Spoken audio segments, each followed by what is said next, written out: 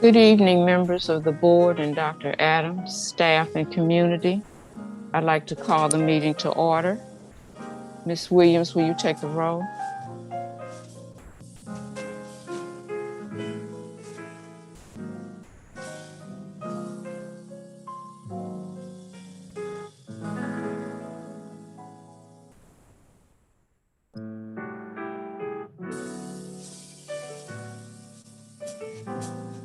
Yes, sir.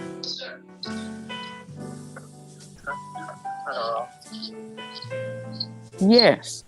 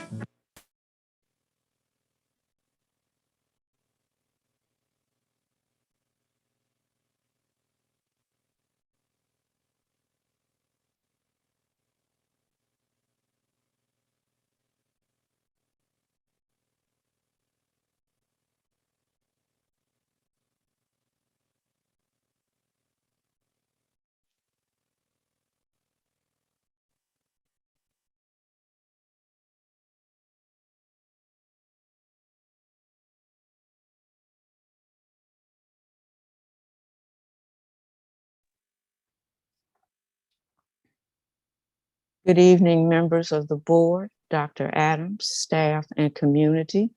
Welcome to the first business meeting of 2022.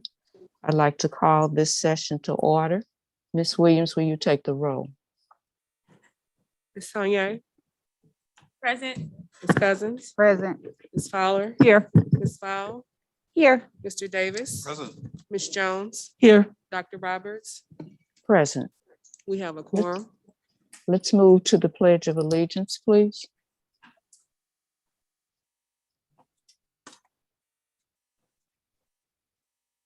I pledge allegiance to the flag of the United States of America and to the republic for which it stands, one nation, under God, indivisible, with liberty and justice for all.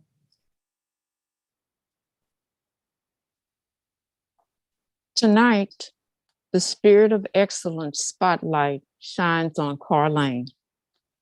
Carlane is participating in the Scripps National Spelling Bee. Before winter break, students in grades 6 through 8 participated in the first round of classroom level spelling bees. From these classroom bees, 18 finalists will compete in the school-wide bee on February 4th at 8:30 a.m. The bee will be live streamed and recorded via Microsoft Teams.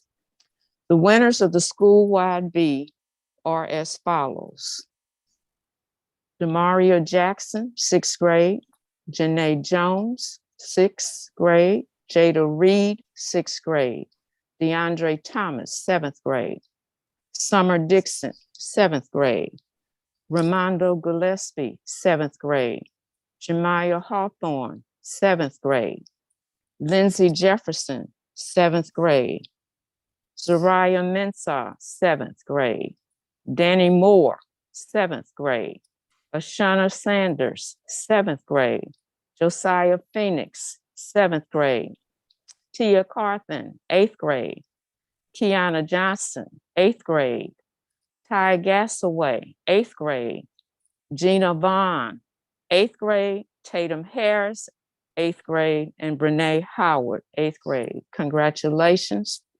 The winner of the school-wide bee will compete against area schools in the local spelling bee in March. Again, congratulations to our scholars.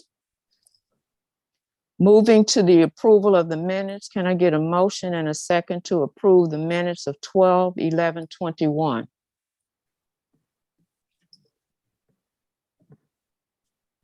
I make a motion that we approve the minutes from 12/11/2021. Second.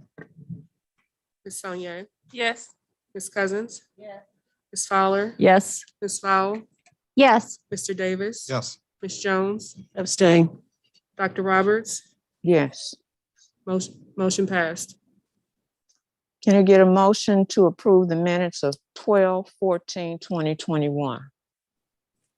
I make a motion that we approve the minutes from 12/14/2021. Second. Ms. Sonnier. Yes. Ms. Cousins. Yes. Ms. Fowler, Yes. Ms. Fowle, Yes. Mr. Davis, Yes. Ms. Jones, Yes. Dr. Roberts. Yes. Motion passed. Okay, Dr. Adams, you're up. Good afternoon to the public and to the board. Tonight, we acknowledge the students, staff, family, and community partners of St. Louis Public Schools as we continue to navigate our way through some of the most uncertain times in recent history. I am very proud of the resolve being shown through our district, our staff, and our students. Our students come to school ready to learn despite the present obstacles. For that, I say thank you. As challenges continue to mount, our staff continues to step up and meet them head on. For that, again, I say thank you. Our families continue to trust St. Louis Public Schools with the minds and health of their children. And for that, I again say thank you. Our community partners have not stopped offering assistance at any point during this pandemic. And for that, again, I say thank you.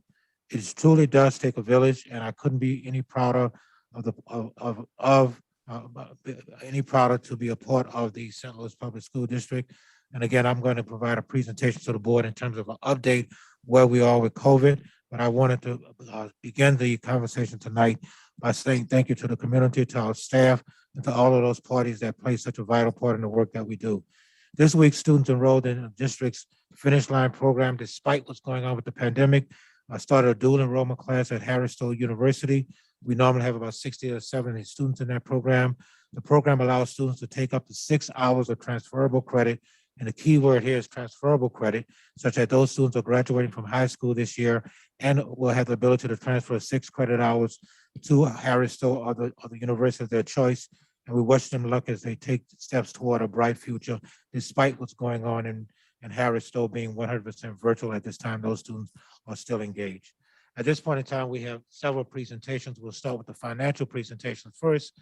The monthly financial update. Mrs. Banks, if you could also do the bond refinancing update as well, followed by Dr. Smith, who will provide the academic update and early childhood education.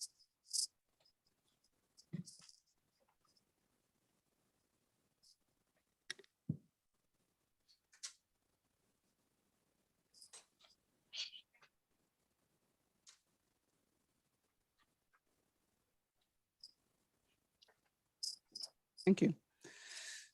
Okay, so this is a monthly financial update for the month of December 2021. Here we have our standard financial objectives. I will note that the fiscal year 2021 fund balance is just under 36% or $124 million after the completion of the audit. The total fiscal year 2021 expenditures were about $385 million. And to put that into perspective, that would equate to a little less than a 4-month reserve in the district's fund balance. And I think everyone is familiar with the recommendation that we all have at least 3 to 6 month reserve in your checking account.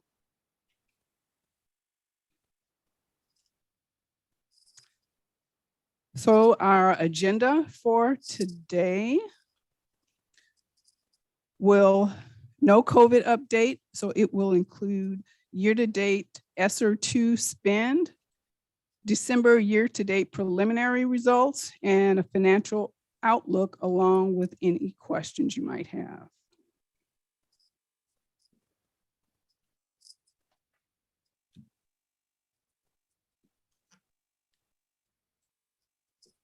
So for ESSER 2, year-to-date, we have spent nearly 5% of the $46 million in ESSER 2 in the categories shown on the slide. You can see that the majority of the spend is in student learning and safe return, as it has been for the last several months.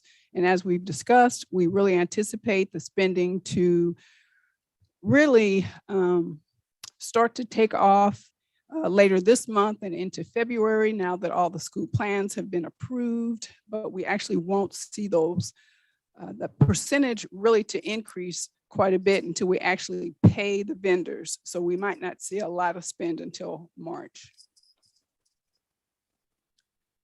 So for December, the revenues include primarily property and sales taxes, as they have in the past, along with Medicaid, state formula revenue, food service, and special education reimbursements. Again, I've included some of the larger expenditures, over $100,000 for the month of December. And you'll see a lot of these will repeat in the months to come. I will note whenever there's a new spend that we typically don't see, but this is pretty standard.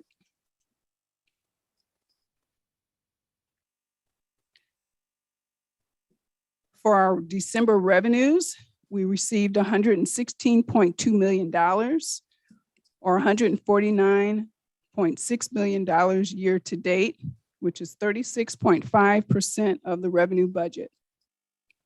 You'll note the significant increase in local revenues due to the current property taxes that were received in December.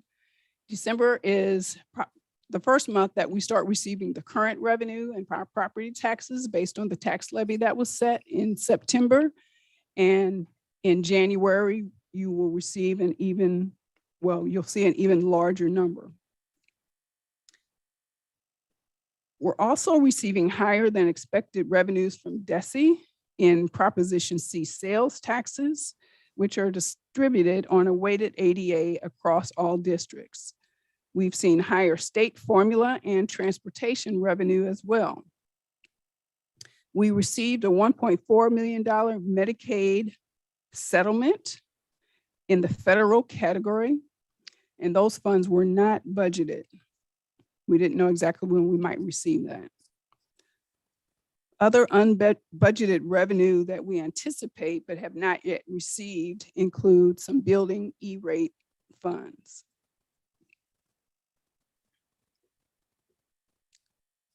Regarding our expenditures, we spent $35.4 million in December, $143.7 million year to date, or 34.9% of the expenditure budget. We're pretty much right on target with salaries, since we typically see about 45% in the first semester and 55% in the second semester. Although this year is a little bit different with all the pay adjustments that we've made with extra service, overtime, the vaccine stipend, but still we're pretty much right on target. There'll be some adjustments to the benefit rates starting this month in January. Of course, it's not showing up in this presentation for December, but we will be increasing the employees rate to 7.5%. Those that were hired, beginning in January, the pension rate will go to 7.5% for employees that were hired before 2018, based on the change to the pension rates. Employees that were hired after 2018 have a flat rate of 9% already. There was also a small medical rate increase, as the benefits are on a calendar year basis versus a fiscal year basis. There was also a large increase in purchase services in December, of which a big amount of that was in transportation.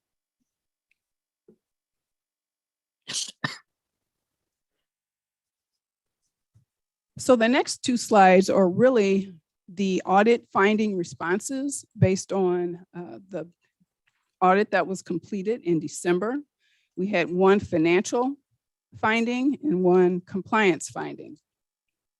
So the financial statement finding was based on adjustments that had to be made and corrections and reconciliations for different revenues in various accounts.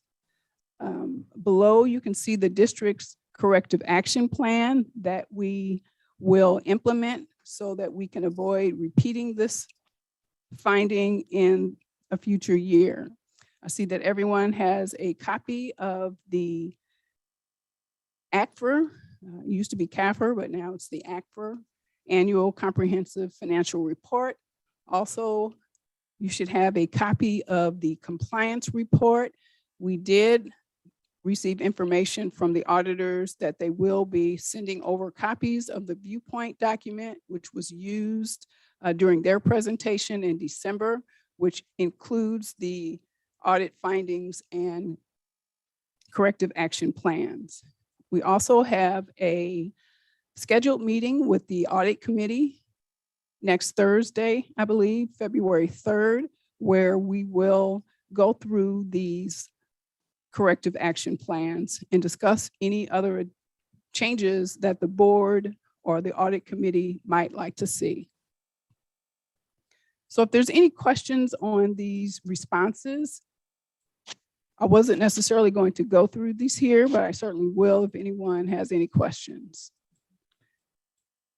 And on the compliance finding, our second finding, that was based on we have a lot of deferred revenues that we have really carried on the books for a number of years that the auditors have made comments about. A lot of these are older grants where we don't have documentation as to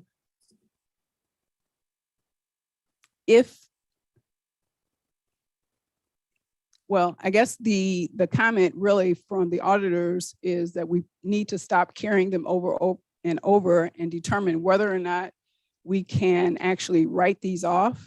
So to contact those grantors for the ones that we have information for. I know that we have done some of this work in the past. So we've come up with this corrective action plan and intend to hopefully whittle down on these grant balances that we're carrying over. In addition, there are also some differences with the way that the grants are being recorded. So the Fiscal Control Office, along with Financial Management Office, will be working together to change the way that they are accounting for this so that we're working together and can eliminate some of these issues. Again, if anyone has any questions, we'll be happy to respond, or you can also participate in the audit committee meeting on February 3rd. Angie, I just want to clarify, the meeting on February 3rd is really so that we could kind of work to see if there's something that you need to, and your staff need, if you and your staff need something in addition to help you guys, manage some of these grants, because you guys have a large number of grants and it's a lot of work. So we just want to make sure that you're rightly staffed for it and have everything you need so that we could decide if we need to make a recommendation to the board to help you guys get through some of these things.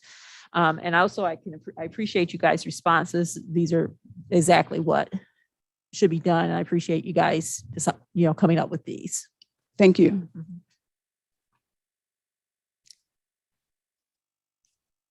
As far as the financial outlook, of course, our financial strength continues to grow, and really based on the early projections, things are looking even better for this year. Again, as mentioned, ESSER II spending should really ramp up, but not without concerns. As we've talked about before, product availability, logistics, and timeliness are the main concerns to make sure we can get as many of these ESSER II expenses to hit the current year budget as possible. The preliminary fiscal year 2023 budget, I believe, is on the agenda for next month. Based on the budget forums that were held, we held 3 of those. We want to make sure that we're implementing any of those recommendations that we received from there. Any questions, please? Answer that one question. We had agreed on a budget committee sometime last year. I think Adam Lane had spearheaded that. What happened to that? Or it was made up of a lot of outside people. What happened to that? With Mr. Lang leaving, no one picked up picked up wanting to be on the committee, and so we can engage it again. But at this point in time, he was the chairperson of the committee from the board level, because it was a board committee. Dr. Okay, Adams? I think I was supposed, okay. go Yes, ahead. ma'am. I believe we did add a person in place of Mr. Lane's departure.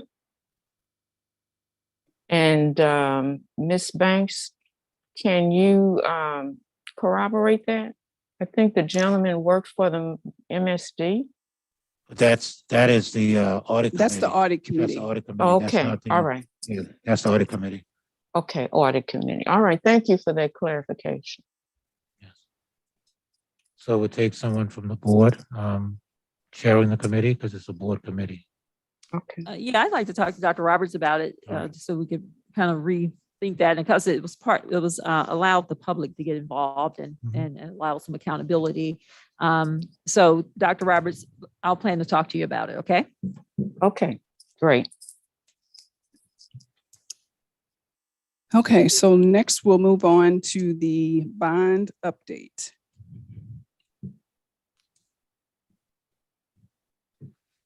So now this presentation was provided by Stifel, the district's underwriter, and we will cover really 2 things in this presentation: the refunding bonds or refinancing of some outstanding bonds, and also the opportunity for the board to issue some new bonds.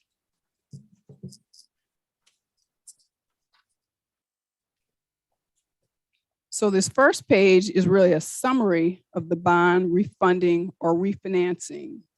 And in layman's terms, what we'd like to do is to refinance two series of outstanding bonds, 2012 series and 2013 A series. They're both tax exempt bonds that are currently outstanding, and they were originally issued in those years, 2012, 2013. They both have call dates of April 1st, 2022, and both mature by 2024. So now the original coupon dates on the bonds that we're looking to refinance or refund was 4%.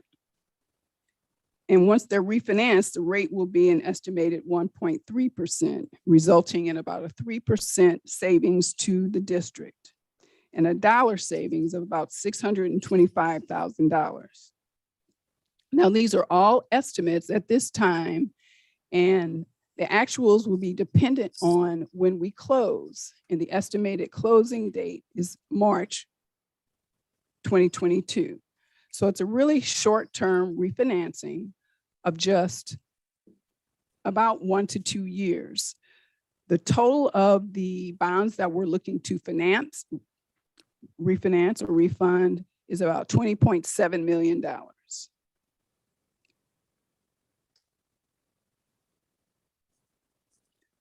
If the board will approve this refunding, and certainly we will respond to any questions that you might have. And Mr. Lorenzo Boyd, Managing Director of Steeple, is here to answer all your hard questions that you might have for the refunding, as well as the new issue of bonds, if that is the board's desire.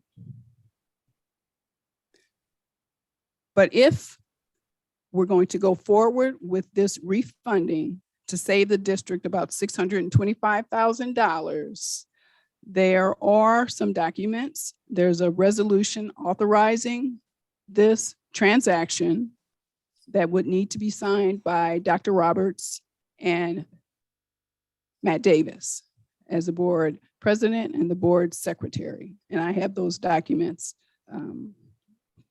if that is your pleasure. So I know there's a lot of numbers here and maybe some different terminology than you're used to, but I really try to liken it to refinancing your home.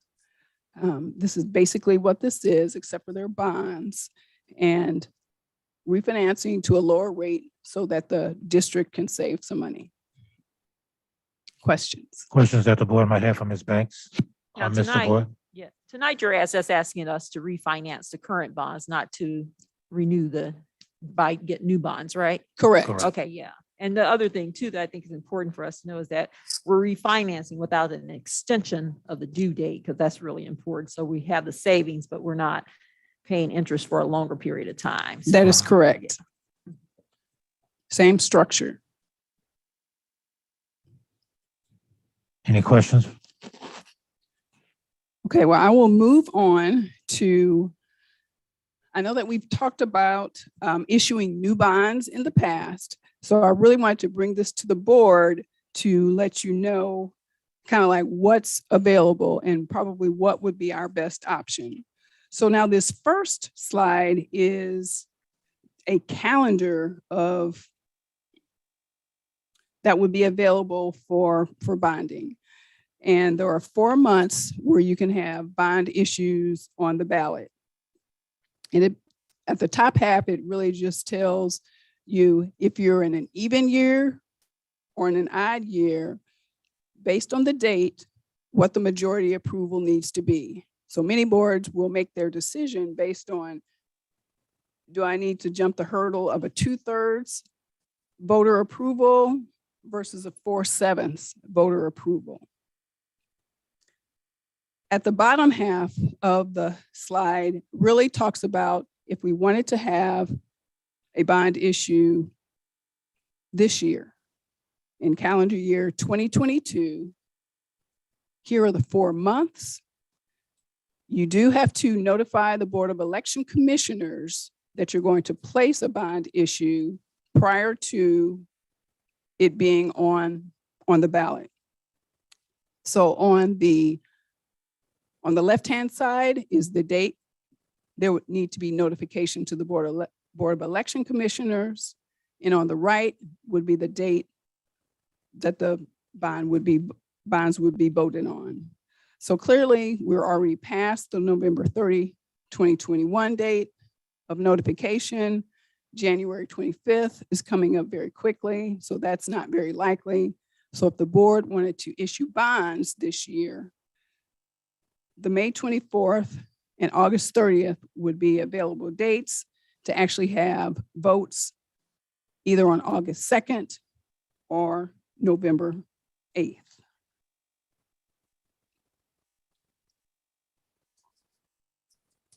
Both of those would only require a 4/7 voter approval.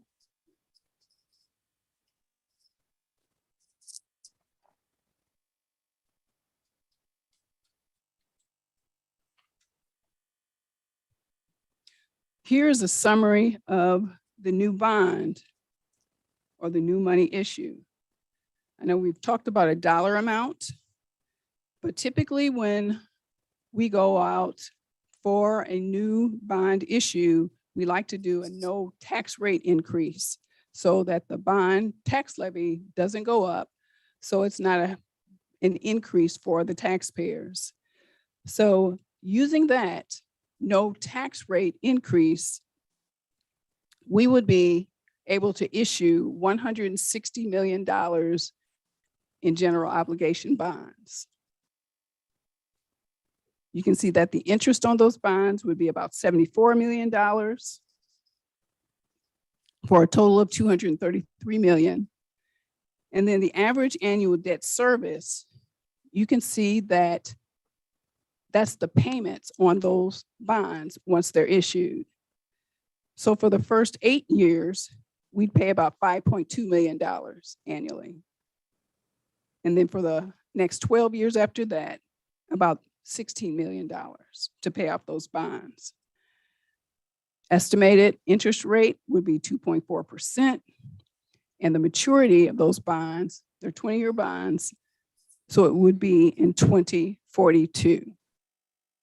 Now, I didn't go over the assumptions that are in bullets at the top half of the slide, but those are pretty standard assumptions that you might make.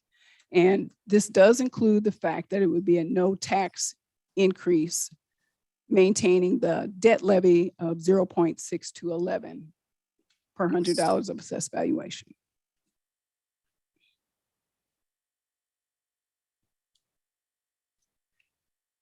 So now this next page is super busy. Before we go to the next page, can you explain why the annual debt service from 2023 to 2030 is 5 million, and then from the annual debt service, and then after that, it's almost 16 million? How it jumps up so much. Yeah. Yeah, I really want to demonstrate that on the next page. Okay, great. Okay. And this page, as I say, it's very busy and has a lot of information on it, but really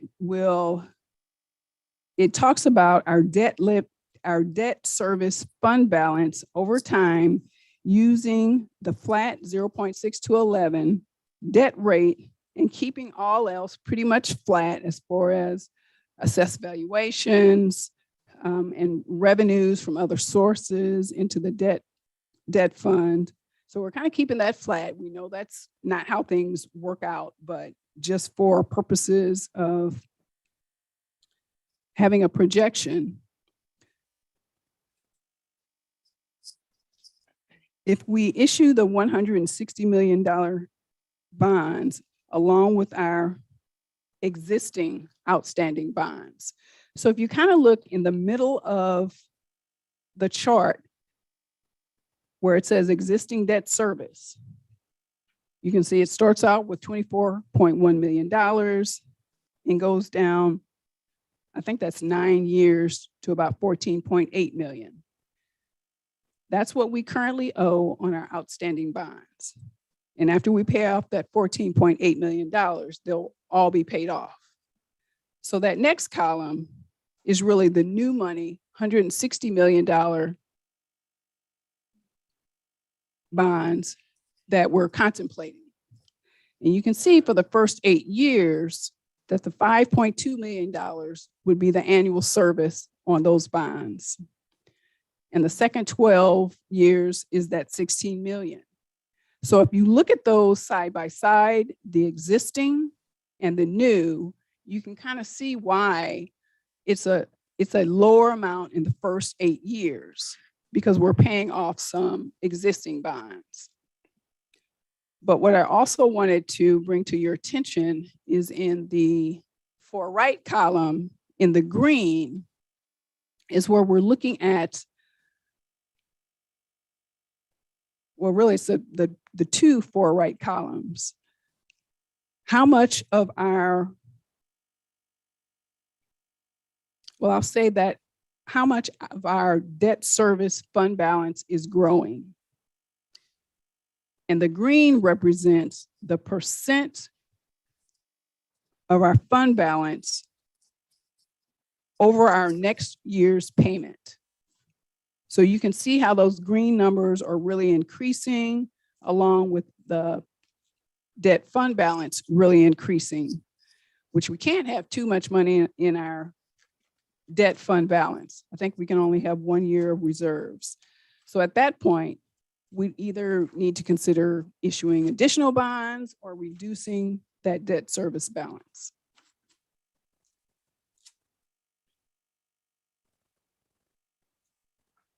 I know it's a lot of information. So how come I don't see the reflection of the two bonds that we would be refinancing? Why don't I see the reflection of that reducing our debt service? Because that, if that's paid off in 2023 and 2024.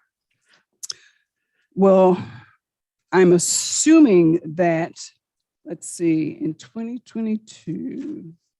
Okay, you say it's Because the not. two bonds, we were talking about the 2012 and 2013 A series, we're talking about refinancing, but them still being, done in 2023 and 2024.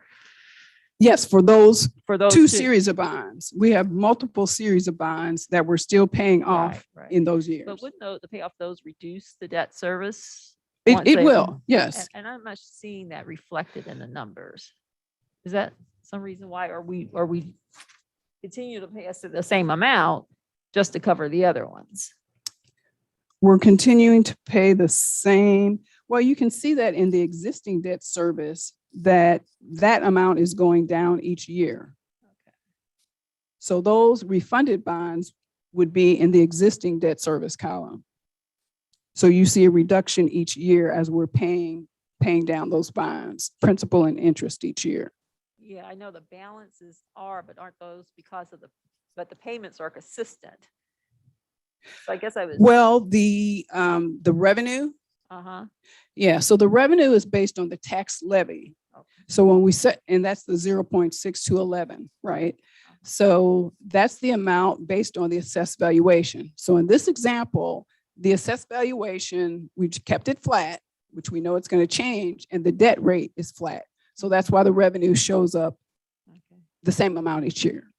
I'm just gonna ask, not to prolong because this could be very tedious, if Yeah. we could get together, because, when you pay debt, the principal goes down and, it becomes less. And once a piece of debt goes away, the total amount is less. And I'm not seeing this on this worksheet. So instead of prolonging the time, maybe if I could get with you and maybe talk a little bit more about this, because you're just asking us to approve the refinancing, right? Yes. And then I think we need to talk about this so we could maybe, if I don't understand and I've done bonds, then maybe we could make it be presented another time, because I don't want to ask all these questions and maybe I'm just missing something small. Yeah, and absolutely. And I'm Uh-huh. sure that Yeah. Mr. Boyd would be happy to join Okay. us in any conversation. Yeah, I think the conversation relative to any future bonding is another conversation for the board at another time. I think the real specific issue tonight is the refinancing. But I think the information is important so the board knows what kind of flexibility they will have. But I think it's a different kind of conversation.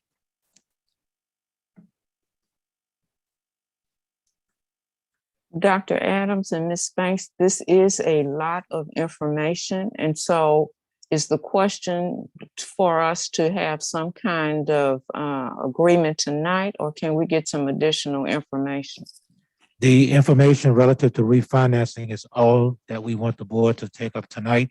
I think Ms. Banks and the intent was to provide some introduction to the board around what some flexibility might be for bonding moving forward. It would be my recommendation. That's a work session topic Okay, that could be further great. discussed with the board.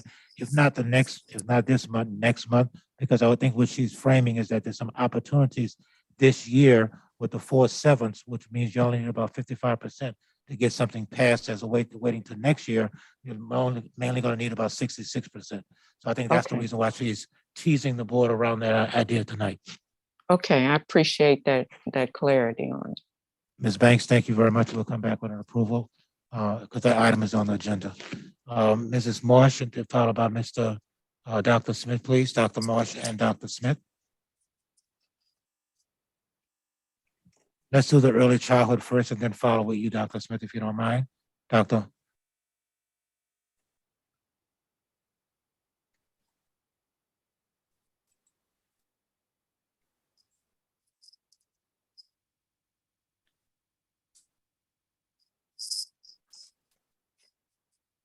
Dr. March, who's over early child education, will give the board a brief update relative to where we are around early child education. And the board received a copy of the presentation prior to, so they have had an opportunity to review it.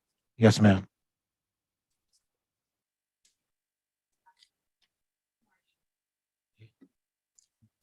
Greetings. My name is Dr. Samantha March, and I have. You might want to talk a little bit closer to it, please. Thank you. Can we Sorry. hear now? Yes. Okay, thank you.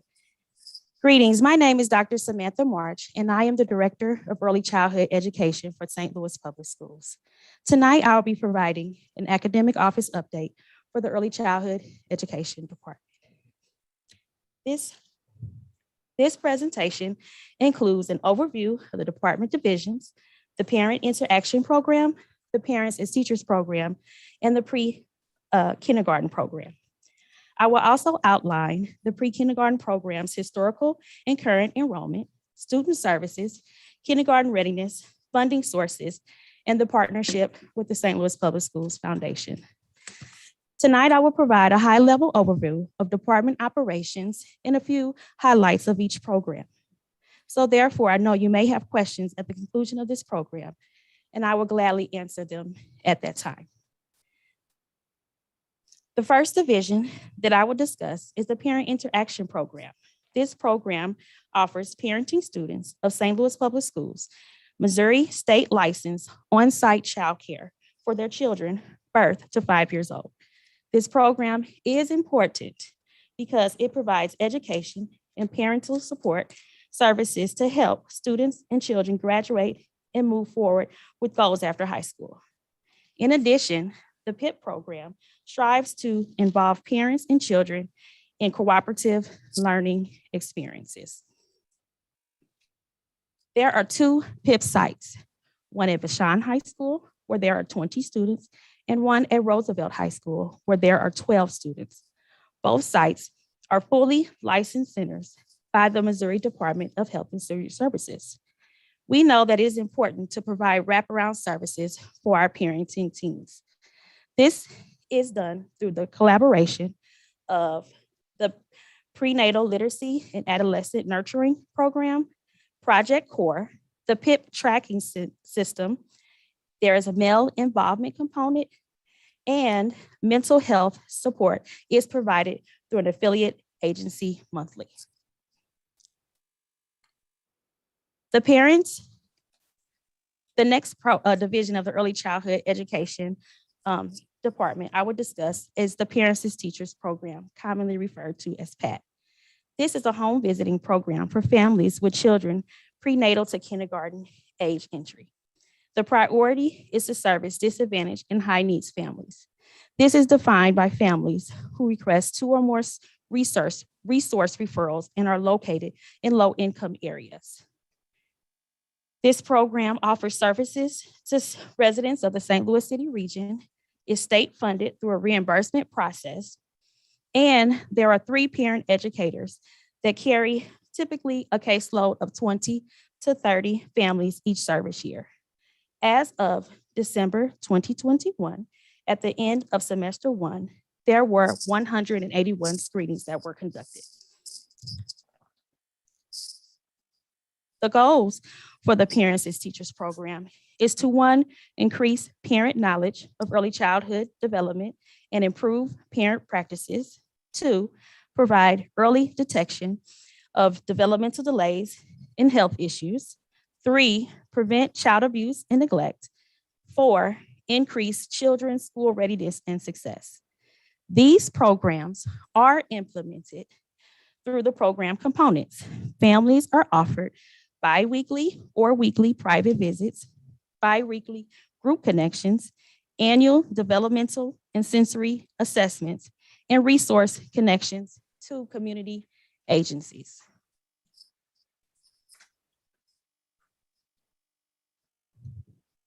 The last division of the Early Childhood Department is the pre-kindergarten program.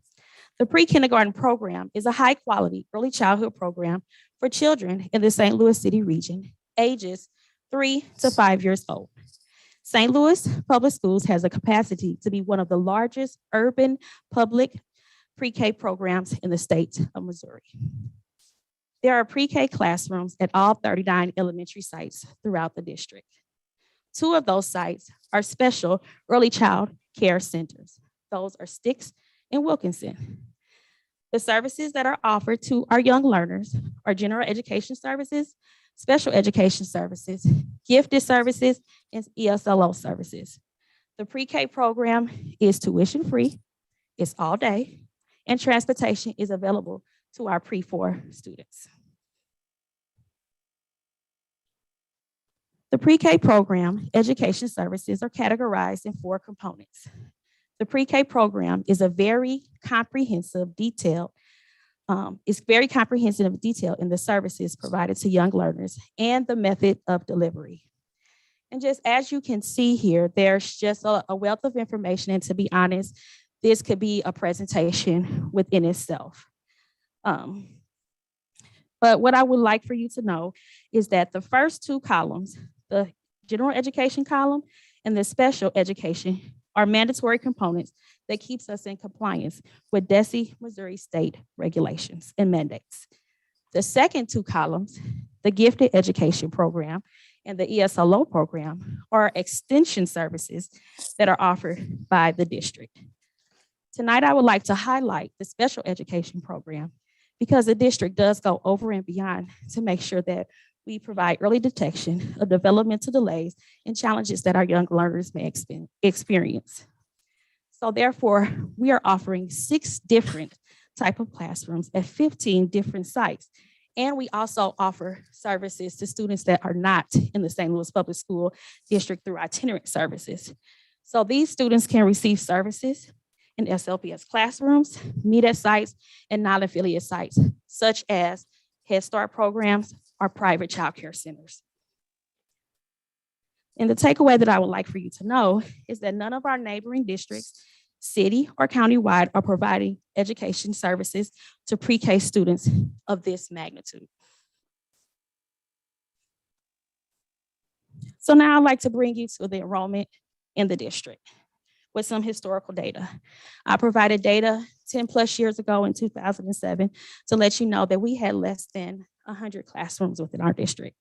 In 2011, this was a very pivotal year for the district because district leadership made a declaration to invest in early childhood education and expand the program, resulting in a capacity increase in 2012 and 2019. And as you can see in the data here, traditionally, the pre-K program meets enrollment goals by reaching capacity and filling seats every program year.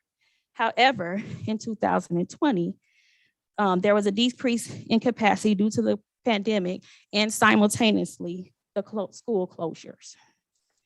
The impact of the pandemic is still prevalent in the current school year.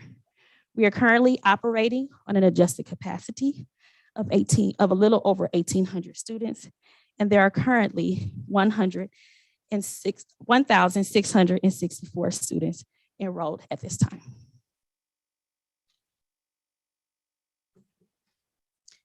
The mission of the early childhood education is to ensure that all SLPS students are ready for kindergarten and beyond.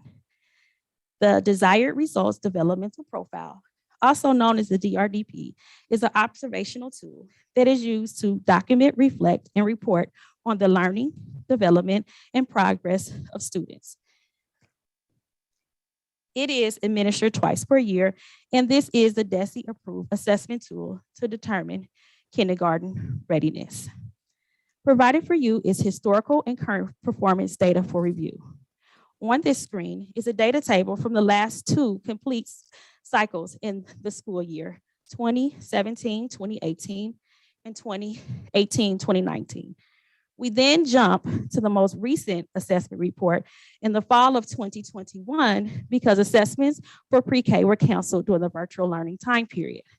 So overall, what I would like for you to know is that young learners annually meet the district's goal of being kindergarten ready at the end of the program year.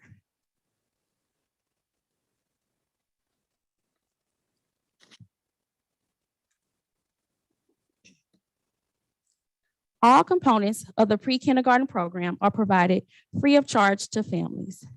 Students attend school all day, every day, and receive all the amenities of school-age students, such as transitioning to related arts classes. However, pre-K is not a mandatory attendance grade, so we don't receive specified funding from the state. The St. Louis Public School District goes over and beyond to fund and support the operation of the pre-kindergarten program because we wholeheartedly know how important it is to give students a strong academic start and foundation. This year, the academic office has identified the early childhood department as an ESSER II funding priority by allocating $250,000 to young learners and educators. At this time, a proposal has been submitted and is in the review and approval process. So lastly, I would like to conclude with the St. Louis Public Schools Early Childhood Education and St. Louis Public Schools Foundation partnership. The foundation is really an integral part of our program, and we are so thankful to have a partnership with them. The foundation works to raise funds to implement programs in critical areas such as ECE and are considered key levers to accelerate success. And so what you see here on the visual is how is the programs that the St. Louis Public Schools Foundation has fully funded. Those are the Creative Literacy Spaces project last year. And what I like to say about the foundation is they really stepped up to close the gap when we did not have state funds. And so one of the biggest needs at that time was flexible seating because all the carpets had to be removed in classrooms. And so they provided seating for students. And then, iPads were issued out and they provided the headphones so that students could conduct their virtual learning. The foundation also ensures that our educators have robust professional learning experiences, and annually they just support the general education requests that the department may have. This school year, we are thankful for the foundation because they have committed to providing full funding for the Savage curriculum resource so that we can align to the K-8 curriculum. This is very important. They are also funding the 4th cohort of the Creative Literacy Spaces project, which is a project that early childhood educators receive funding to redesign their classrooms and create literacy spaces throughout their classrooms and purchase literacy materials at their discretion. Lastly, the foundation has stepped up to provide funding and full power and support to the Early Childhood Advisory Committee. It is a committee comprised of 15 educators throughout the entire district and represent all demographics of learners. This is a special new initiative that seeks to ensure that our experts, the educators, are involved in a collective effort to design and support a high quality early childhood education program within the St. Louis Public Schools. The advisory committee will support needs assessment efforts, consult on department identified projects, provide feedback on current programming, and support future program design efforts and professional development. And I am pleased to say that all items that we have recommended for ESSER funds have come directly from this leadership committee. And so the SLPS Foundation has invested approximately $600,000 annually over the last 8 years. And I would like to really close with this powerful longitudinal study that was conducted. I really condensed it down into 2 bullet points. However, this is a 10-page study that was conducted gratefully by the assessment office, and the return on the investment of the early childhood program through the district and also through the foundation is evident through the longitudinal study, which has tracked cohorts of SLPS graduates from 2010 to 2016. And in every class of SLPS graduates at every grade level, students have achieved a significantly stronger score on reading assessments than students that have not attended the program.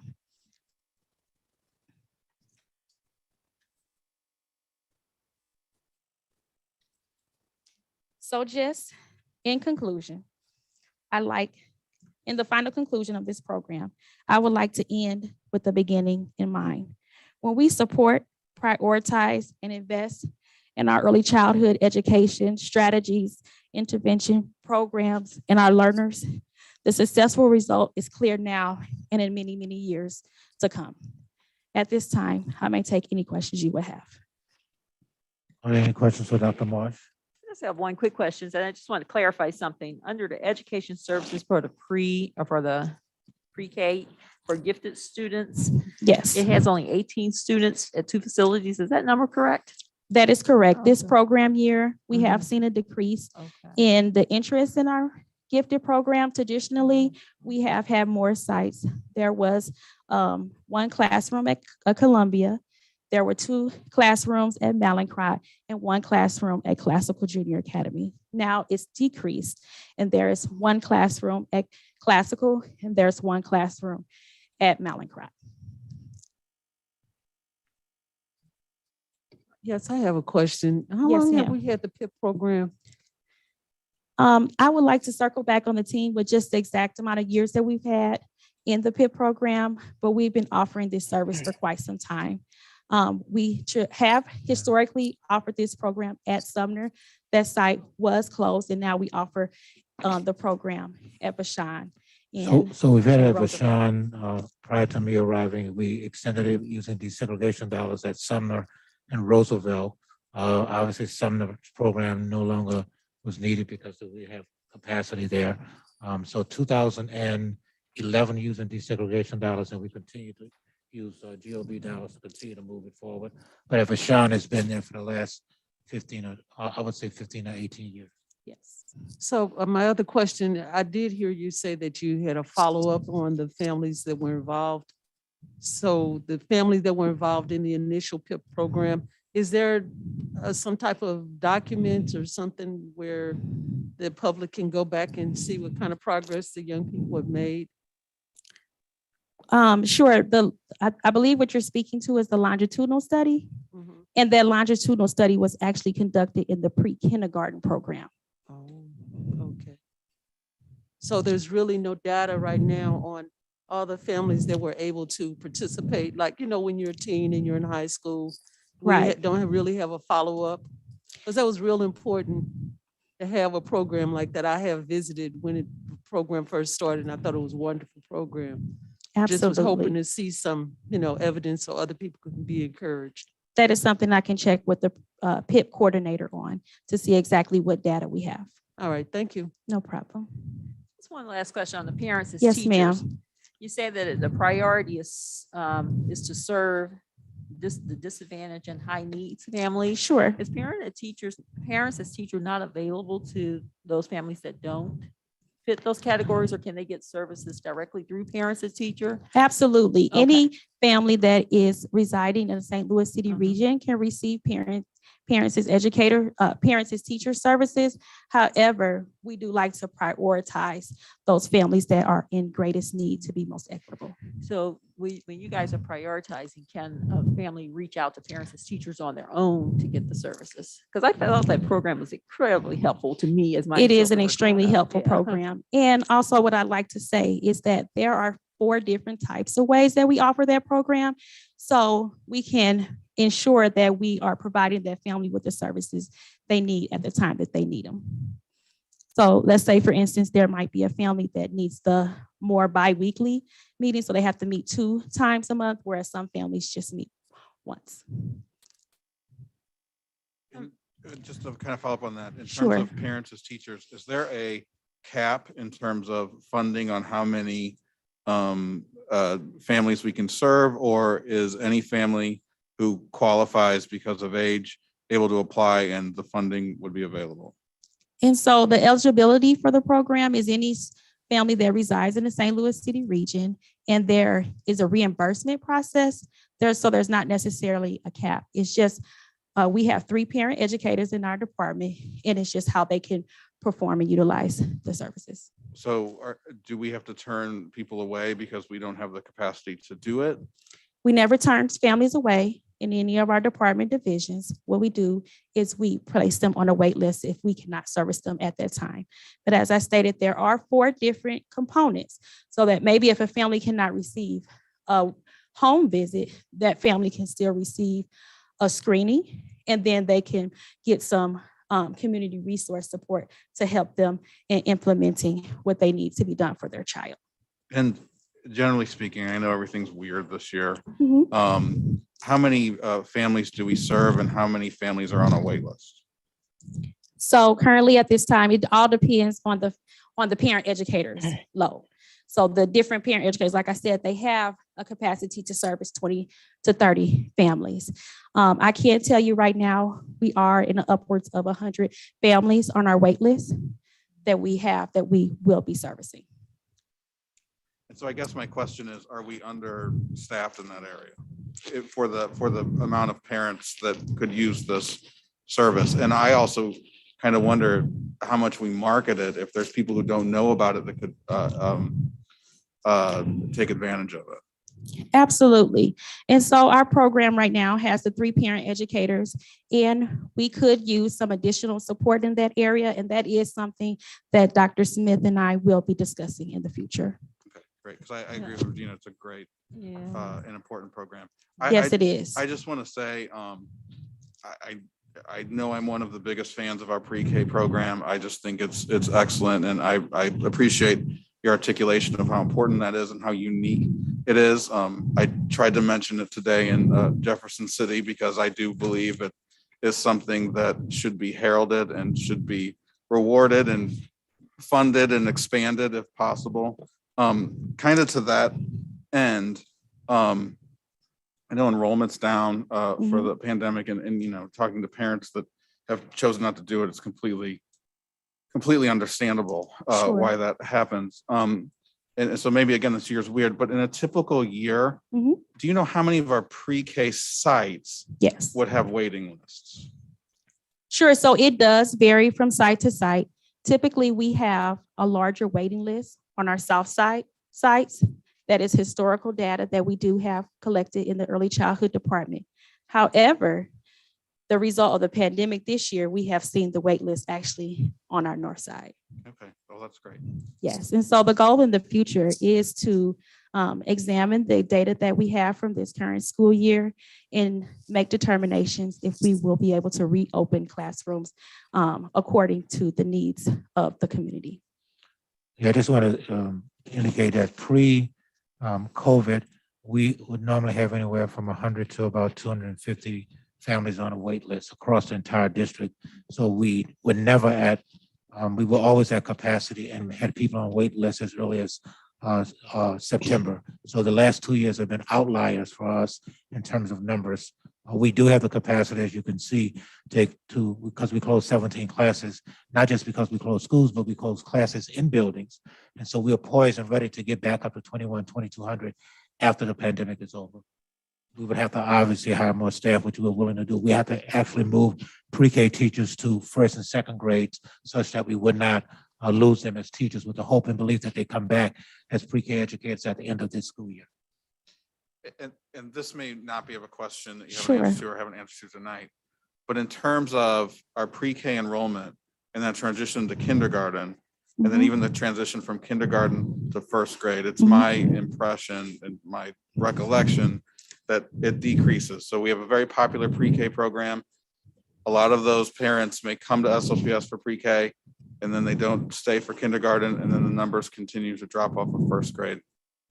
Do you have those numbers first?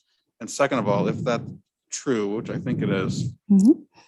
have we discussed or tried to implement any strategies to keep those parents in the district? I'm so glad you asked that question tonight, Mr. Davis. The answer is yes.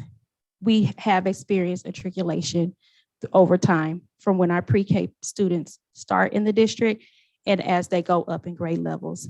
And actually, this data is evident in the longitudinal study.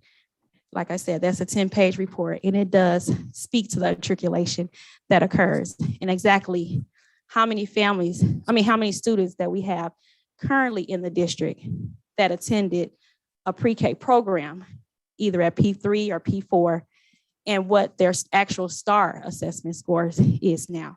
So yes, I have that information available. And then the second part of your question was, if you could repeat that? The second part of the question is, have we discussed, are there any strategies that we're trying to implement Yes. to, from a recruitment perspective or whatever, but to keep those families who have great experiences in pre-K and for whatever reason don't stick around? It's Sure. one of my pet peeves.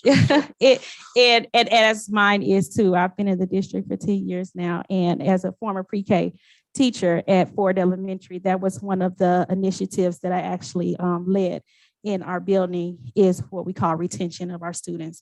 And so in the pre-K program, how we address that is we really speak to our families in our second semester. So I'll be reaching out shortly to our educators. They already know that I'll be reaching out to them to discuss how they can do kindergarten transition activities within the school. And so we have that at the building level. And educators typically host 2 different events, and they also have this as a topic of discussion in conferences so that they know that, hey, you're in the pre-kindergarten program, you love what we're doing right now. We have kindergarten teachers. Let us let you meet them.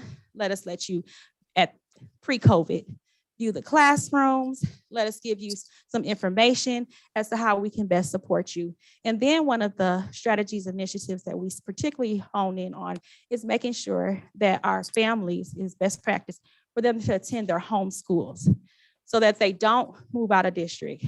And if they are not, we provide support for them to transition to their home school so that they can have access to transportation if needed, or they can be within their boundary.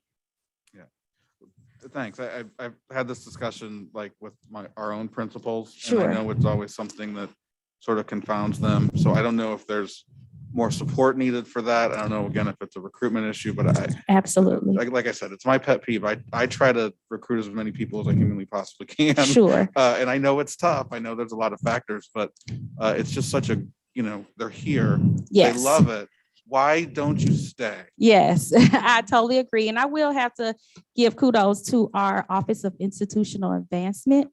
The recruitment office actually does partner with us to provide those intervention strategies. And they also, I would like to say, reach out to families that one of their core strategies is reaching out to families that have withdrawn for any reason. So last year we received families that have, enrolled in the program and then maybe didn't feel comfortable or weren't able to transition, or their child needed to go to in-person learning. So they withdrawn from the program. And so the recruitment office requested that information of those families.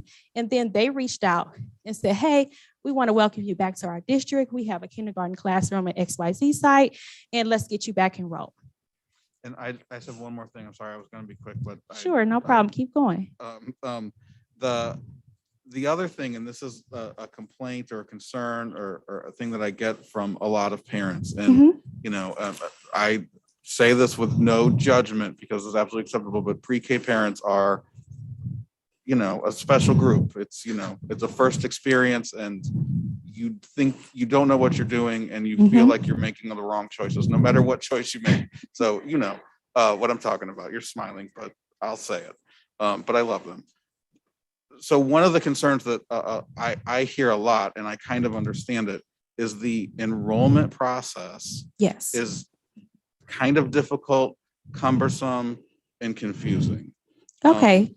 Yes. you So know, can I it- speak to that for Yeah, you? but and the other thing that complicates it too is, you know, the early childhood centers, which are magnet programs, have a different enrollment process than the neighborhood school programs. And that confuses people too. That's just another element of things that we have to explain to people. Mhm. What's the difference? And you have different criteria, different systems. And I just kind of want to give you that feedback. Maybe you get that, but I Sure. get that from the community a lot. Okay, and so I would like to speak to the program in prior years pre-COVID. We did have a process where it was by walk-in. Families could walk in and they could just register. And there were long waits. And families did not know what documents they needed to bring in because it was a walk-in process. Since I've been in the department and the pandemic really had some bad things to it, but it also made us update some of the programs and the projects and initiatives that we have. And one of them was registration. And so what I did was I looked at having an appointment process. And so families now go to our database. They put their information in. An early childhood education team member calls them and schedules them an appointment and also walks them through the documents that they need to bring in. This has greatly reduced the confusion and the wait in the department. And to track that, for the last 2 years, I have given parents a survey. And on that survey, I have data that out of 5 stars, we have received 4.65 2 years in a row since we updated the services. And we have anecdotal notes to explain where parents have put in comments that they totally have had children, siblings that they've enrolled previously, and that the new system is so much better. So I think that having a centralized registration process in the format that it is now is beneficial to our families because they don't walk in here blind. They don't have to make multiple trips. They are connected with the early childhood team member. They have a personal touch. If they have any questions, they know that they can reach back out to us. Well, that's great to hear. That's really great. I mean, as easy as you can make it for people who, you know, are nervous already is terrific. So I thank you so much for this presentation. I'm sorry to take up Absolutely. so much time. Not a problem. I just wanted to add one more thing, and I just want to go back to Sure. the parents as teachers. And this is just a comment I'm going to make and hope that we can do something. I really hope that we could expand that program because I'm not Yes. quite sure you guys understand how invaluable that is to parents who want to assist their children. It was invaluable to me for my children to help me guide them through school. And even before pre-K started, which they were both fortunate to attend the city schools, before they got there, I was teaching them at home. And it was all due to what I learned through parents and teachers. And I hope that we can expand it, that it's not, that we don't have a waiting list and it's not Yes. limited to need-based families, but to everyone, because if parents can assist teachers in the child's learning, that makes learning and the teacher's job less difficult. So it's just a comment. You don't have to Yes, respond. ma'am. I'm just hoping that the district will expand the program so there is no wait list. Yes, ma'am. I can talk about early childhood education all night long. And so what I would like to just preliminarily say is that I have provided some just brief recommendations that we should expand our early childhood program in that division and that we will be exploring that. I just wanted to start by thanking you for your work on this. Thank you. I don't have any children, but I do actually have a younger cousin who's in it, and her mom, like, she loves it. I did have a question about the English language learner program. Sure. One, I'm curious about, was it impacted at all by the recent influx of refugees that we accepted? And then two, I see it said 108 potential. What is our criteria? Do the families self-identify, or what do we use to identify that? Sure, those are all great questions about the ESLO program. And so as you can see on the slide, the eligibility for the program is a self-identification process. Dr.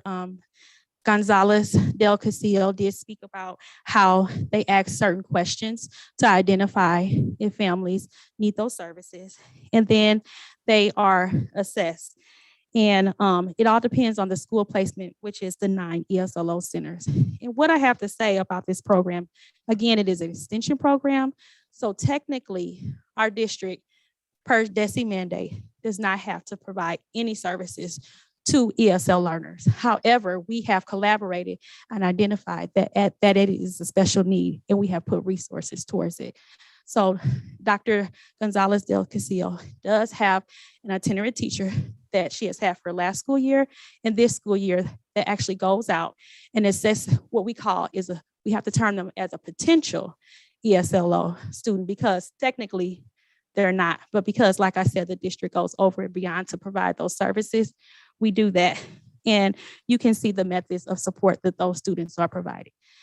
And to answer your question about the new students that will possibly come into our program, actually, it's just so timely where me and Dr. Gonzalez are going to have a meeting tomorrow to talk about how many students we are anticipating and how we can support those learners. What I can say is, because we have a centralized registration process that will hopefully continue in the future, their office does mobile registration at their site. So they come let us know that they want to enroll in the program. We send them to the ESLO site. They register there. And then that office handles everything and transfers that information over to the early childhood department. And then we can process it and we can get those families support that they need. And then also, just to follow up on that, at the end of second semester, we gather all the families that potentially need those support, and we have it ready at the beginning. To speak to Mr. Davis's point, we have it ready at the beginning of kindergarten, have those students already identified so that they can then receive the DESE approved services, assessment, and the whole nine. You're welcome. Any other questions for Dr. March? Thank you very much. Good job. Thank you. Thank you. Appreciate you all for having me. Dr. Smith?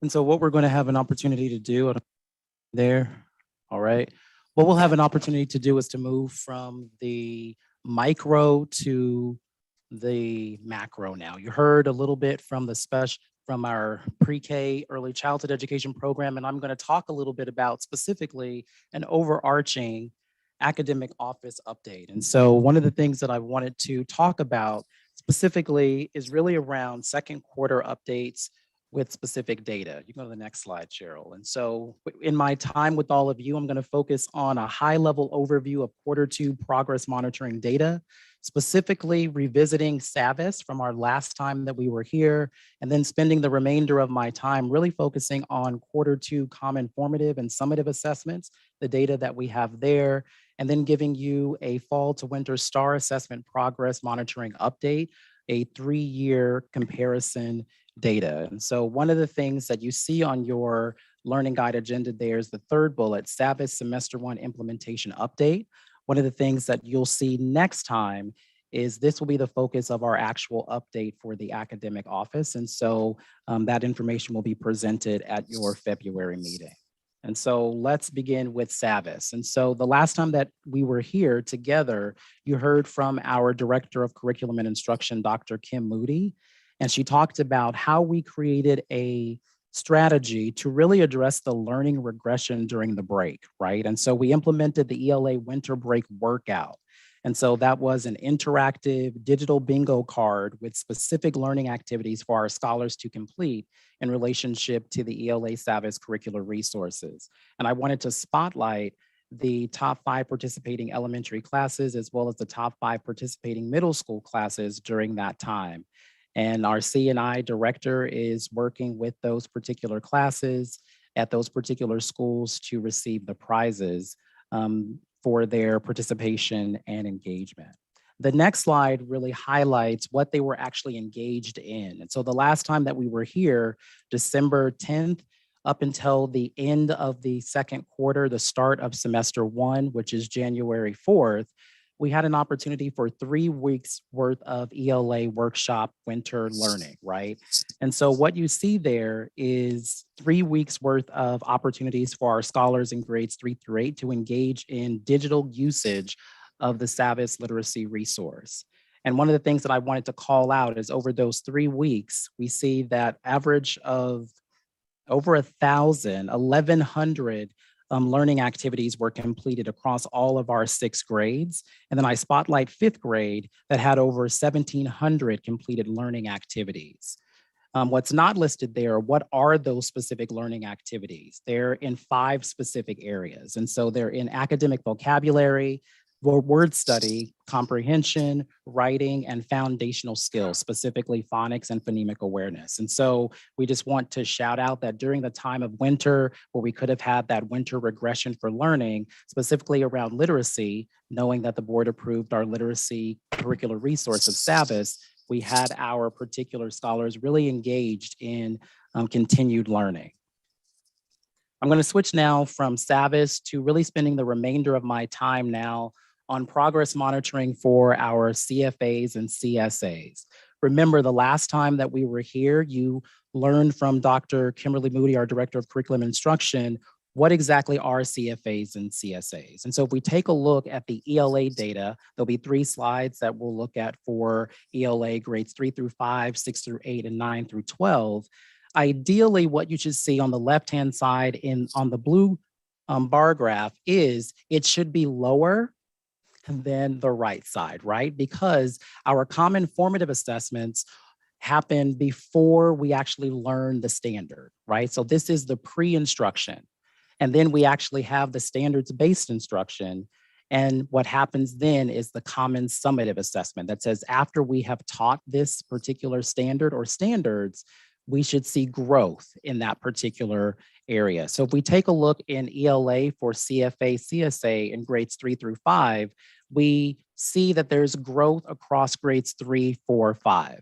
But what I would like us to do as we continue to look at this data moving forward is to focus on 2 specific concepts. One is growth and the other is proficiency.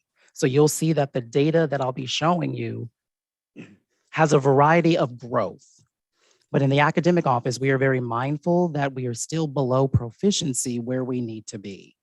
And so I want to highlight that as we move this work forward. And so going to our next slide of ELA grades 6 through 8, once again, you see the same thing. Our CFA is the blue bar graph, and it says this is what our scholars were coming into this particular quarter with. And so we like to say that our scholars are not empty vessels. And so some of them understand some of the standards, some do not.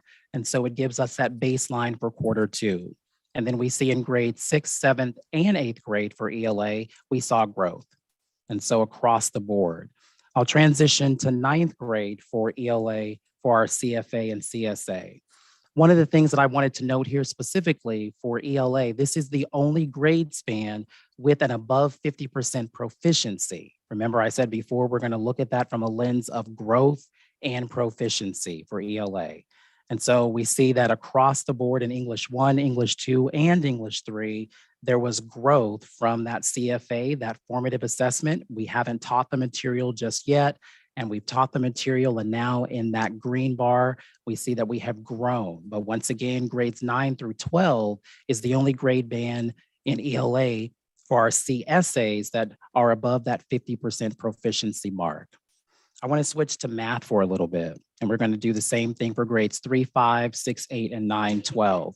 One of the things that we're noticing is a trend, and I'll talk about the trend once I go through the actual data. And so if we take a look, the same process. So the blue graph should be lower than the actual green graph, but we don't see that in one of our grade levels here.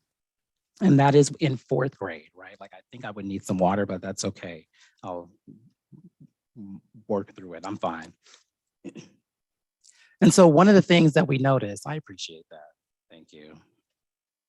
And so one of the things that we actually noticed is for 4th grade and in 7th grade. And so we'll actually, look at that, you come prepared. So we're with educators, so we know we have throat lozenges and everything.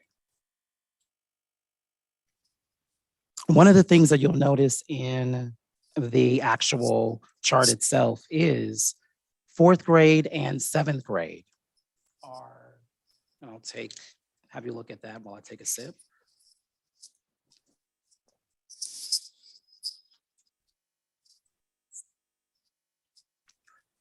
And so you'll notice that in 4th grade and in 7th grade, we see that there is a decrease. And so we lost growth in those particular areas. And so one of the next action steps that we're taking as a academic office is that every quarter we meet as a curriculum and instruction team along with our network superintendents, along with other members of the deputy group to what we call our evidence of impact quarter review. And that's where we take a real deep dive around what are we noticing from our curriculum and instruction specialists who are going into the classrooms, providing that targeted support and professional development to all of our classroom teachers. So they're talking about what has been working, what is not working, and what are their actionable next steps. And so we could infer a few things when we see the growth decrease, but we'll have more data for all of you that we can share out once we engage in that evidence of impact review scheduled for January 25th.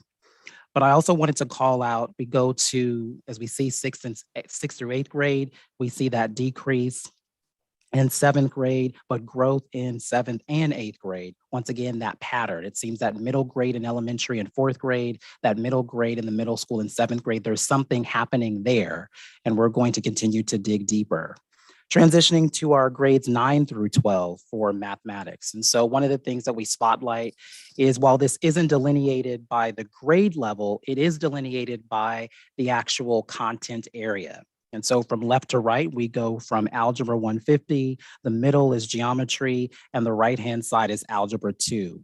One of the inferences that we call out in that exponential growth for geometry is oftentimes the language of mathematics is algebra initially, right?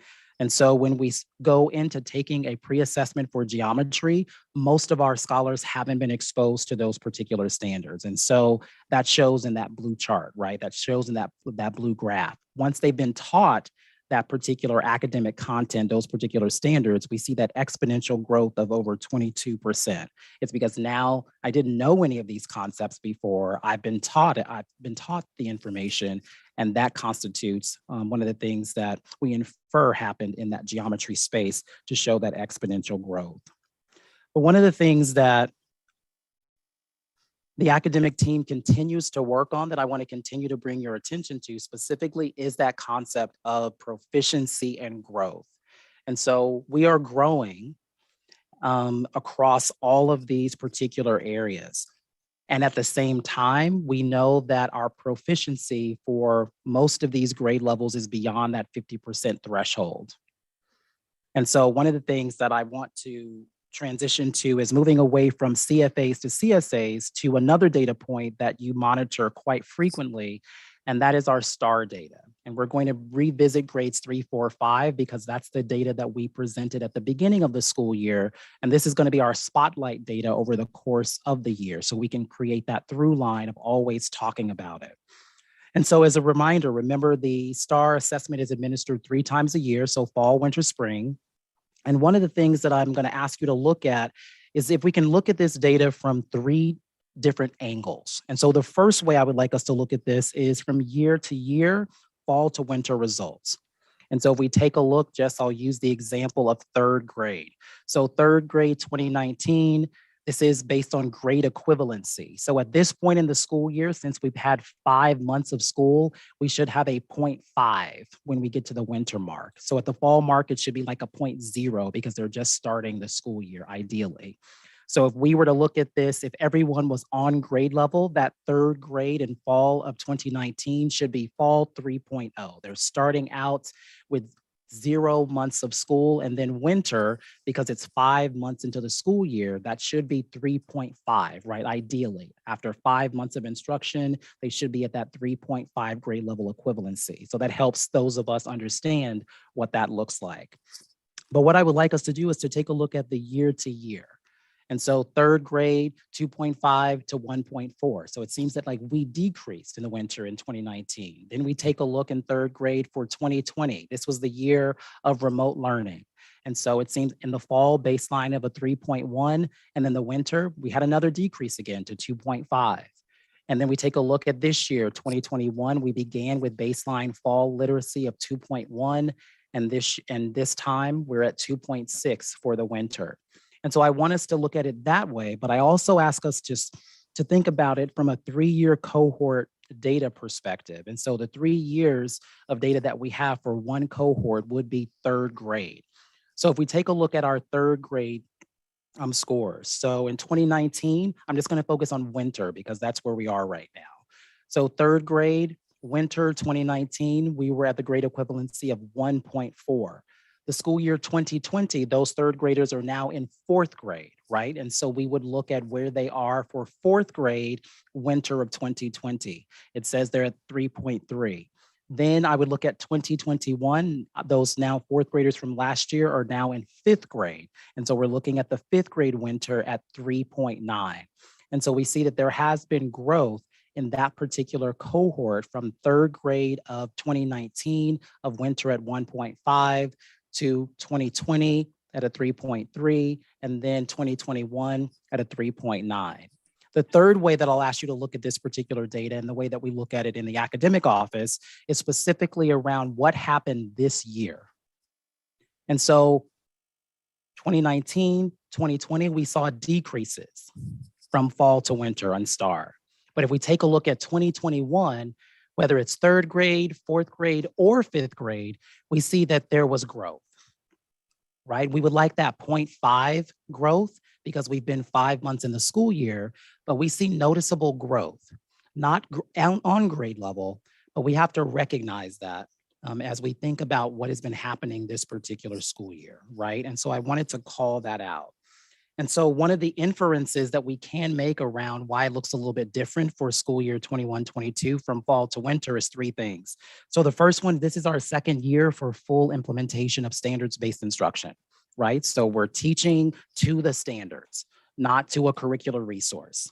Teaching to the standards, second year in implementing that approach to instruction. The second is the implementation of pre-K through 8 literacy resources that the board adopted. And so now being able to look at our SABIS implementation of what that looks like.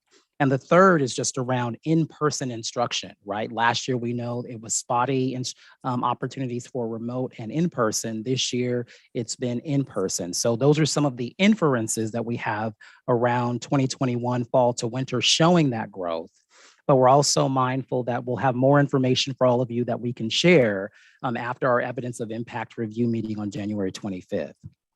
With that being said, before I get to the questions, I just want to publicly just acknowledge all of our instructional staff. Like I'll just stop right there. And if we were in a room, it would be an over-rounding sound of applause. And I say that because, no, absolutely. And I say that because from the academic office, our focus is on the instructional core, right? Scholar, teacher, content. We have control over the content for the most part. And that's what you see here. We are growing in spite of the challenges, right? We're not at the proficiency levels that we need to be. And we're going to continue to talk about how can we accelerate what proficiency can look like. But this is a bright spot in CFA, CSA data, and also fall to winter of 2021. And so there's that old adage when they say, you know, when life gives you lemons, you make lemonade. But here in St. Louis Public Schools, when life gives us lemons, we make a chocolate cake and people go, how did you do that, right?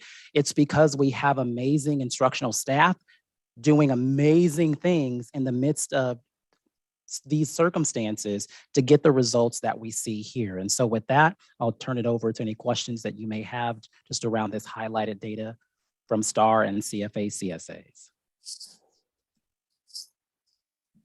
Is the standard-based learning, is that across every grade or is it just certain grades? It's across every grade, yes. And I don't know if you ever have an opportunity or if that's something to check in with teachers in terms of the implementation. Is it something that they like? Is something that they understand? Is the professional development adequate for them to be able to really implement that at the level that you need them to? Sure. Are we talking about the implementation of standards-based instruction, standards-based grading, or SAVIS implementation? Well, maybe all three. All I three don't of know. the, yes. And so at the next board meeting, if we have the opportunity to share out, I'll give a semester 1 SAVIS implementation update that speaks specifically to that. And we've been tracking the data with our curriculum specialists that are in classrooms each and every day. They have an implementation plan that they've worked on. They've modified, of course, because of the challenges that every school district is facing, and then being able to share that out with you as to what that has looked like, what's working, what's not working. And those are also the conversations that are a part of that evidence of impact review that we're having on January 25th.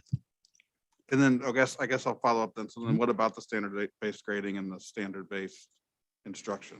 Yes, and so standard-based instruction, this is full 2 years. And so professional development, professional learning continued in that space. And so we teach to the standards, and having an opportunity to really I can't take credit for that. That was prior to my arrival, right? So the academic office team really leaned into what that looks like. And so we're continuing in that vein. And then we're gathering some data on standards-based grading. It started at the elementary level. I would say that some schools in the elementary spaces are more ready to lean into that, but we're also mindful of the context and the time that we're in right now. And so we're pausing, collecting some data, and then deciding what makes sense for that standard-based grading approach. Okay, thank you. If I could follow up on that, Matt, the question around standards-based instruction and how that aligns with standards-based report card. Are we doing the report card or not? And so Is we there a started out, pause? and so I'm that's a sorry. great question. So, no, go ahead. No, I'm sorry. I just wanted to be sure I was communicating in a way that you understood it. Are we still doing absolutely. standards-based report cards? Because the question comes back to what Matt said. Are teachers understanding the expectation? Do they need additional support? And how does that lean into the standards-based report card? Absolutely. And so I would say it's a scaffolded approach, right? And so first we have to begin with foundationally understanding standards-based instruction. So that's been for the last 2 years. Do I understand that I teach to these particular standards? Our common formative and common summative assessments are all about those high priority standards that are called out. And so as we think about DESE and what they focus on in the state assessment, so that's the first step. Then the second step, I do believe it was prior to my arrival as well, starting the conversation around standards-based grading. So if we are focused on standards-based instruction, how do we now make sure that how we're reporting out to families score of 1, 2, 3, 4, and what that means rather than A, B, C, D, F, translates to that. And so we paused on that across the district because we wanted to make sure that this year, especially with pre-K through 8 SAVIS implementation, that in addition to the operations and logistics of navigating with COVID, in addition to ... all of those pieces, we wanted to collect some real on the ground data to say, this makes sense to us. We need more learning in this area. We're confused about this. We're really strong in this area. But for semester 1 reporting, there was an opportunity for those who feel like they're already at that space to offer that standards-based reporting. So they were able to include like standards-based, but that wasn't something that was required. And so we'll be revisiting what that looks like once we get all of the data from our teachers. Yes, I have a Okay. question. Oh, I'm sorry. Dr. Go ahead, Robertson, you Donna. still? No, go ahead, Donna. Okay. My question was around the, I think I'm a little confused about the report card Mhm. you're talking about, because, well, I have a grandchild in SLPS, and she brought home a report card, and her uncles wanted to reward her because she's really been doing good with SAVIS. It's a great book. She loves the book, Mhm. by the way, but when they looked at the report card, they wasn't sure how to how to read it because it was confusing. Mhm. They wanted to know, what, are you doing good? Is because they didn't see the A's and B's, that kind of thing. So I just wanted to address that, is it going to change or what? Because just to have the average person or somebody who doesn't look at a report card every day, and it was kind of confusing. No, absolutely. And so that's one of the things that we say we have to change how we think about reporting out on our progress. And so standards-based grading is all about here are the standards that we are teaching. And so that goes back to the CFAs, CSAs, and then being able to report out 1, 2, 3, 4. Most of us in this room are familiar with A, B, C, D, right? Like we know what that means, but oftentimes history documents that those could be very subjective. If there isn't a rubric attached to it, an A to you may not be an A to me, right? Unless it's across the board in every classroom that we're saying that every third grade teacher who is focusing on expository writing is going to say that this is the rubric that they're using and this is what constitutes an A, B, C, D, right? And so that's not something that most school districts do because you want teachers to have the flexibility to be able to engage in some things. Standards-based grading takes that away because it says this is the standard that we're reaching. And if you've met that particular standard, then that is considered to be proficient, right? So there is no guessing if this is an A or a B. It's just you met that standard, that's proficient, that's a 4 or that's a 3. And so that's the work that we're focusing on as a district, knowing that it's just in the starting phases of trying to re-educate everyone in the district, but also re-educating families as well to unlearn the ABCD approach and focusing on 1, 2, 3, 4, because we use those numbers to then decide if I'm at a 2 that's approaching proficient, that says more than just simply saying I have a C on something. That doesn't help us because the C isn't attached to a particular standard. So a 2 is attached to a standard. And so in order to get to a 3, we're able to say these are the things that we need to work on specifically in those particular content areas to get to that proficient level. So that's a lot of heavy unlearning and then relearning. And that's why we paused on it for the majority of the remainder of this year. So thank you, Dr. Smith. So I think what I hear as some of the comments is as we continue down this road, how do we bring parents up to speed around this piece and what kind Exactly. of professional development do we have to do? And I'm not looking for an answer tonight. I know the board is not, but I think coming back maybe the next month or the following month, what our trajectory is for engaging the parents relative to understanding. I think everything you said is correct and excellent. It's just about bringing parents up to speed when they look at that report card. This 1 means what to me? This 2 means what to me? And to your point, we did pause because we were so deep into the operational issues of just making sure kids were in school on a regular basis. So I think that's part of what needs to come back next time. Thank you, sir.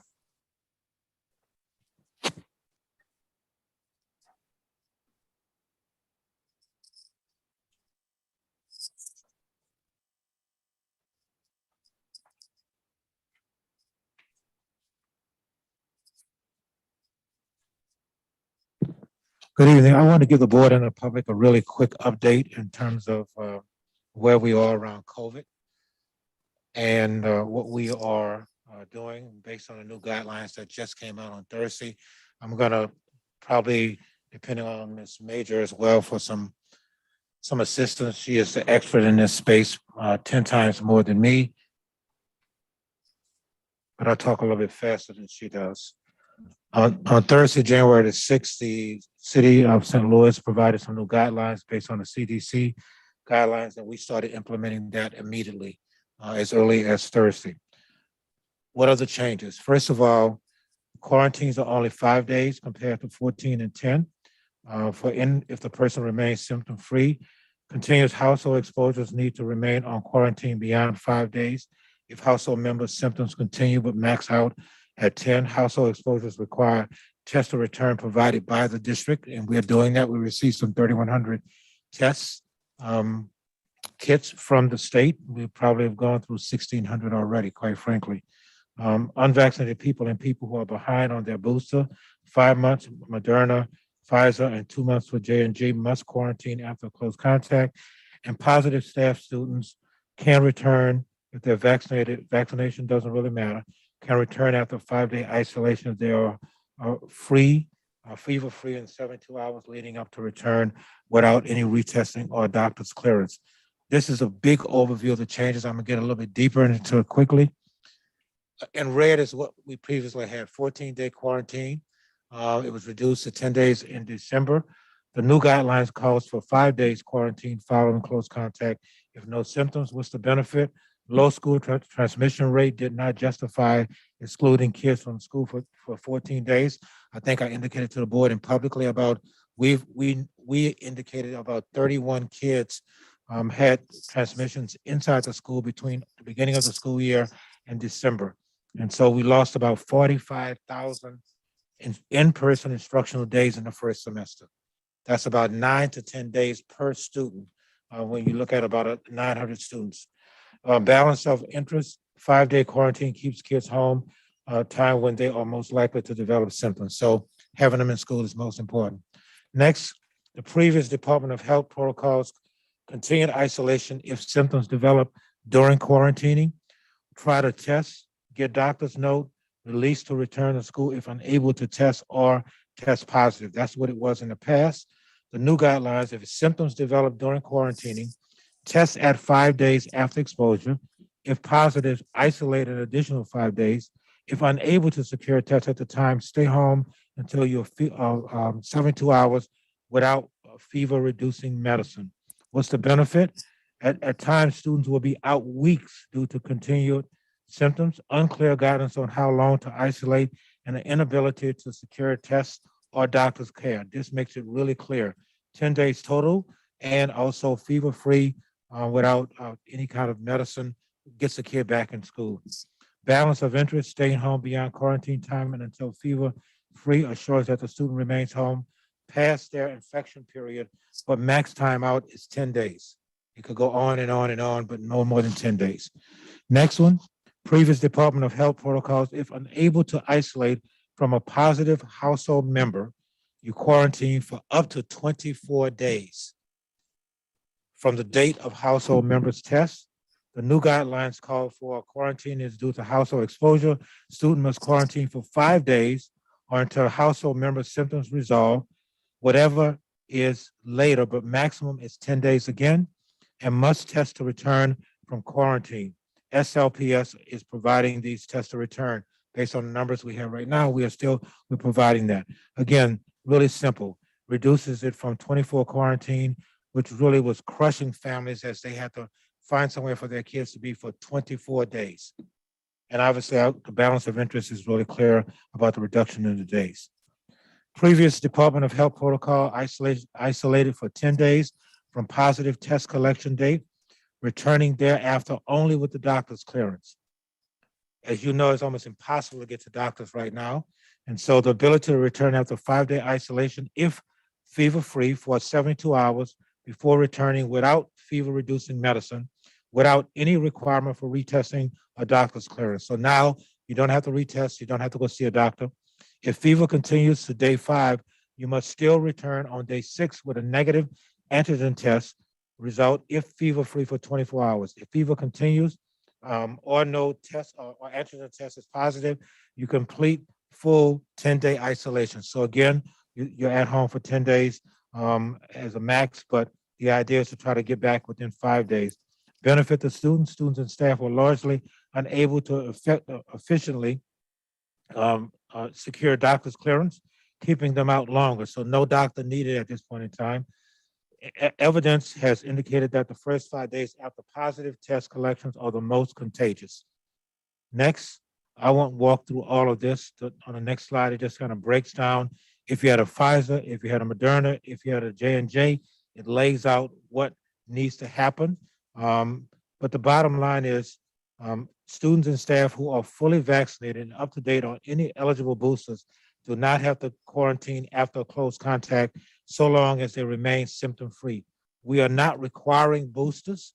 We are strongly encouraging boosters because obviously it reduces the ability and reduces a person having to quarantine, but we are not mandating boosters at this time as we did with full vaccination, which the board approved earlier in the school year.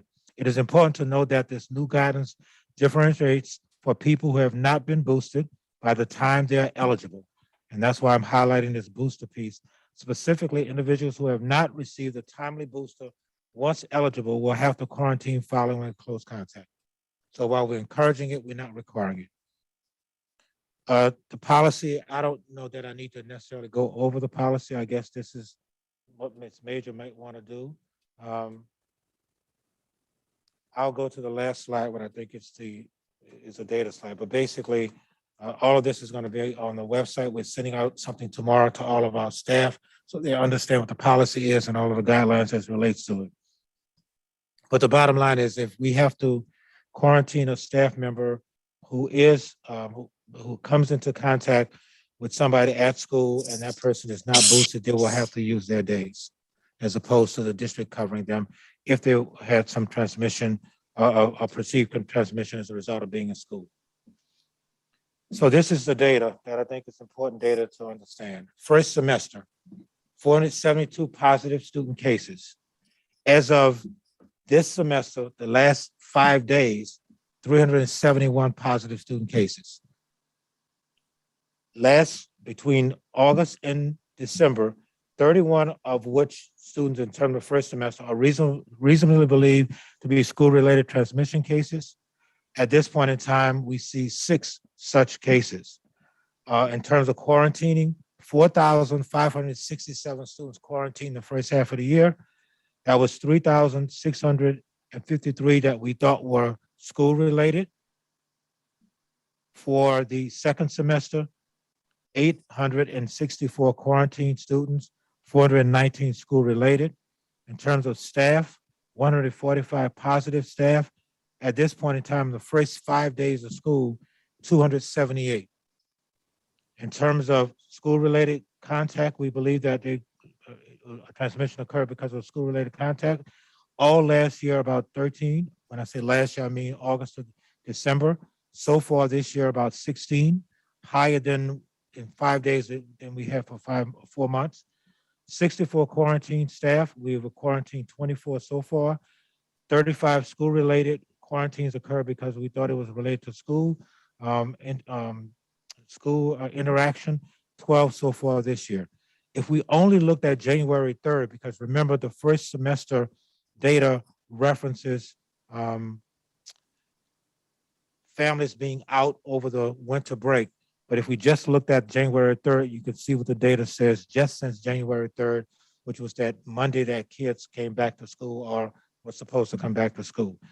So I just want to provide you with this data so you can see that, as you already know, the Omicron virus, the variance is much more much more of a transmission based upon the data that we're looking at in our own school for 5 days. And we expect the numbers to go up and not go down in any way, shape, or form. We're getting cases every day. As I indicated to the board, we have about anywhere from 12 to 14 contact tracers who are engaged in constantly contact tracing and giving information to parents and families on a regular basis. So I'll take any questions at this point in time, but this is an update based upon the new guidelines coming from the health department. Ms. Major, in case I missed anything that you want to. Okay.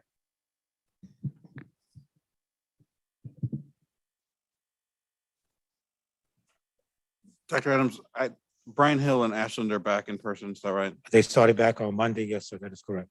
Is there a threshold to make the decision if a school has to go into that circumstance like Brian Hill or Ashland? That is an excellent question. I resisted, and superintendents across the region are resisting putting a firm number. It really depends upon our ability to educate kids. We've had schools, as we did on yesterday at ASM, who had 12 persons out on yesterday, but they didn't know that until that morning. And so we provided them with support today. They only had 2 out. So it just depends upon the circumstances. What I'm hopeful to have, Mr. Davis, is at least 24 hours before we make a call to close a school. At this point in time, it's looking at that data every single day, case by case, school by school, but there is no firm threshold other than I can't staff the school. And that's what I use. At one of our local high schools, we had as many as 20 people out. but they have a staff of 120. So that's a small percentage of their, a smaller percentage than having 10 out at a school like Ashland and Bryan Hill when they only have 13 or 14 teachers. And then at the high school, the number of students who were in school was about 60%. Obviously, because a number were being quarantined, but they were afraid to come to school or had some reservations about coming to school. So we look at all of those dynamics. How many kids are in school and how many staff members are there? Our attendance has been anywhere from 65% to 83%. Am I correct, Ms. Vanoy? Over the last 6 days, we normally run about 86%. So attendance is down because obviously what's going on with the pandemic. Some families are reporting to us that there are issues and some are not, and just keeping their kids home based upon some illness or something happening at home. So the long and short of your answer is no, there is no threshold. But two factors that we do look at carefully are the number of teachers who may not be in place or staff, and also what that enrollment or attendance is at that time. And for parents that choose to keep their kids home out of concern for their safety, I know we're not doing virtual instruction, we're not doing hybrid instruction. Is there any direction that we're giving to teachers to provide those students work while they are at home? Is that a case-by-case basis? So we are encouraging teachers to give students work if parents make a decision to keep them home, but we still have to count them as absent. The state does not allow us to do anything other than that. The governor's order that did not extend the waivers that were in place even requires if a kid wants to get on at minimum now, we have to evaluate that kid's ability to do the work on a minimum. Before, it was automatic because of the governor's waiver, but now that's not the case. So we are encouraging teachers to give assignments to kids, but they cannot count that kid as being present in school. The state won't allow us to do so. We've had tons of conversations with them around that, whether it's calling homeschool, I'm not homeschool, or homebound. We've just not been able to get them to think differently around this piece. Hopefully, well, the numbers continue to go up. Maybe they might make some different decisions, but at this point in time, statewide, we cannot. I had a question around the testing. Because I know we were given 3,150, 3,100. 3,100 tests. Mhm. Do you know how many we've used so far? Mr. Brown, 1,600 approximately in the last 6 days. Okay, I just want to point that out because I think a lot of, even like, general email inquiries or things I hear from families, I think it's really important that the public understand that a lot of our policies and things, we are limited to what the state allows us to do, whether or not we can keep kids at home, the frequency of testing that we can do with students and staff. I mean, if we have over 17,000 kids alone, over 3,000 employees, and we're giving 3,100 tests, and we've been through 1,600. So I just want to make that clear for folks watching at home that we are strongly limited and very honestly negatively impacted by some of these state level decisions as far as like resources that are available to us. And we have been, some of my colleagues have asked for our tests because they don't have tests to do to test staff. And we have from the beginning testing staff so they could go back to work quickly. Many districts were not doing that. And many of our local entities around the city were not doing it either. So the city has kind of partnered with us to try to take on some of the heavy lifting, if you will, in terms of testing and those kinds of things. Has the district secured additional tests on their own outside of what the state has provided? We are in the process of trying to do that now. We purchased an additional, I want to say 8,000 to 10,000 N95 masks. We had 3,900. We provided for those staff members who want them. These things are difficult to wear for 24 hours in the class that you're teaching. But we did purchase an additional N95, but the testing piece has been very difficult to find where we could get some. We are trying to purchase some as we speak. We started that process as soon as we came back, but it's been very difficult to find a vendor who has access to them. Yeah, I would just add that it's a struggle with that all across the board. Even, healthcare professionals, doctors, emergency rooms across the board, it's an extreme shortage of PPE material, testing, all of that.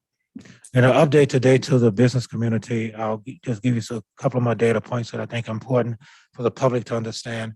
In a normal situation, we have anywhere from 3 to 5 buses that are not running because drivers are not showing up. On a regular basis, since we've been back, that number has been between 40 and 50. Or really 30 and 40 buses not showing up.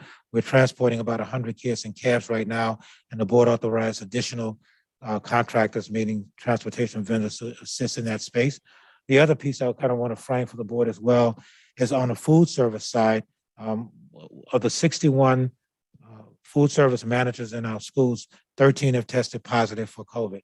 And so that impacts their ability to support that. And it's been difficult when we have to change meals because there's not enough, we do have enough food, but if we have to change because of something going on with shipments coming in, it has a dramatic impact as well on what happens in terms of the food delivery as well. But I do think having the public understand the challenges that are going on, it's not that we're making excuses. We're just trying to navigate through this maze of what's happening with COVID right now and the increase in numbers across the entire region. So I just kind of want to give the board and the public some update. The numbers on the screen, I think, are really self-explanatory, but I want everybody to understand it's not just impacting our workforce, that's ours, but our contractor workforce as well are being impacted by the numbers of persons who are coming down with the pandemic, with the virus. And I can Dr. provide the Adams. board with that in writing as well. I'm sorry, Ms. Jones. I'm sorry, I do have a question. So you mentioned the emergency that you might experience with the lack of food service workers.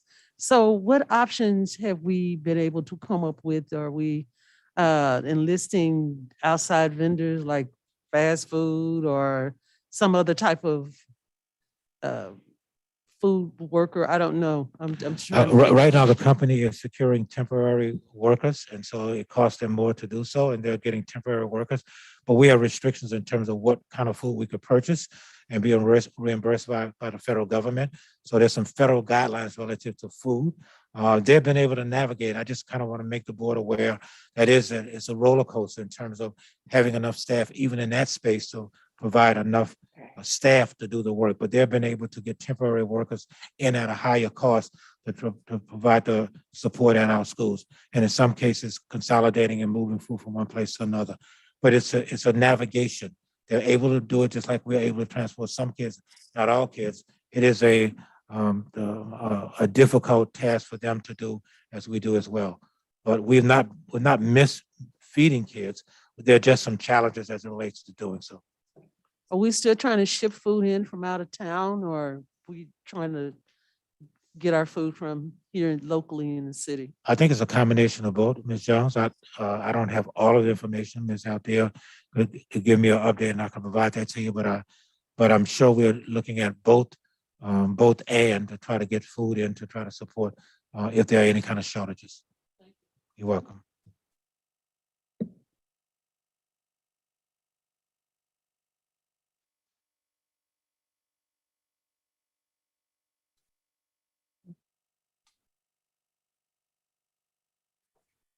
Thank you, Dr. Adams, for that update. I'd like to move on to the January consent agenda, 01, 11, 22 through 01, ending with 01, 11, 22, 12. I'll take any questions or concerns before we can make a motion to approve as presented. Madam President, since the 10, 11, and 12 are new items, can we take those separately, please? Because they're all brand new items. I did provide the board with an explanation, and Ms. Banks provided as well, but I think we need to do the ones that are not new items. Okay, I accept that recommendation, and so I'll restate 01, 11, 22, 01 through 01, 11, 22, 09 for consideration. Are there any questions before the Dr. Roberts, motion? Dr. Roberts, I just have one question, and it's just a point of clarification. On 11, 22, 01, are those Microsoft exams for students to be certified or for staff and teachers to be certified? Students. Okay, great. I have a question in regards to 01/11/02. I mean, 03 and 04. I'm looking at this. Is Beaumont still being ran with the CNA program? That's a good question. I don't see Dr. Bender. I can get your answer. I don't have an answer at this point in time. Because I see it listed on both yeah. 03 and 04. Yeah, I see it as well. So Dr. I don't Adams, do you know. want to hold until you can respond to that question? Yeah, I don't have a problem doing that. Yes. Okay. Any additional questions? And so we're going to hold on 03 and 04 until Dr. Adams comes back with a response to Tony's question. I think it's 02 and 03. Am I correct? Yes, 02.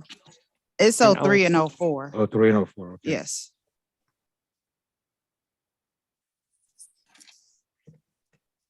Any additional questions?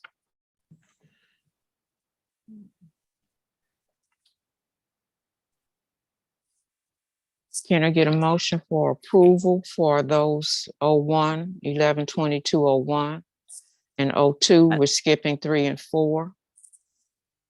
Yeah, I make a motion that we approve the consent agenda 01/11/22/01, 01/11/22/02, also 01/11/22/05 through 01/11/22/09. Second. Ms. Williams? Yes. Ms. Cousins? Yes. Ms. Fowler? Yes. Ms. Vowell? Yes. Mr. Davis? Yes. Ms. Jones? Yes. Dr. Roberts? Yes. Motion passed. Okay. We're taking 01/11/22/10 separately. Are there any questions?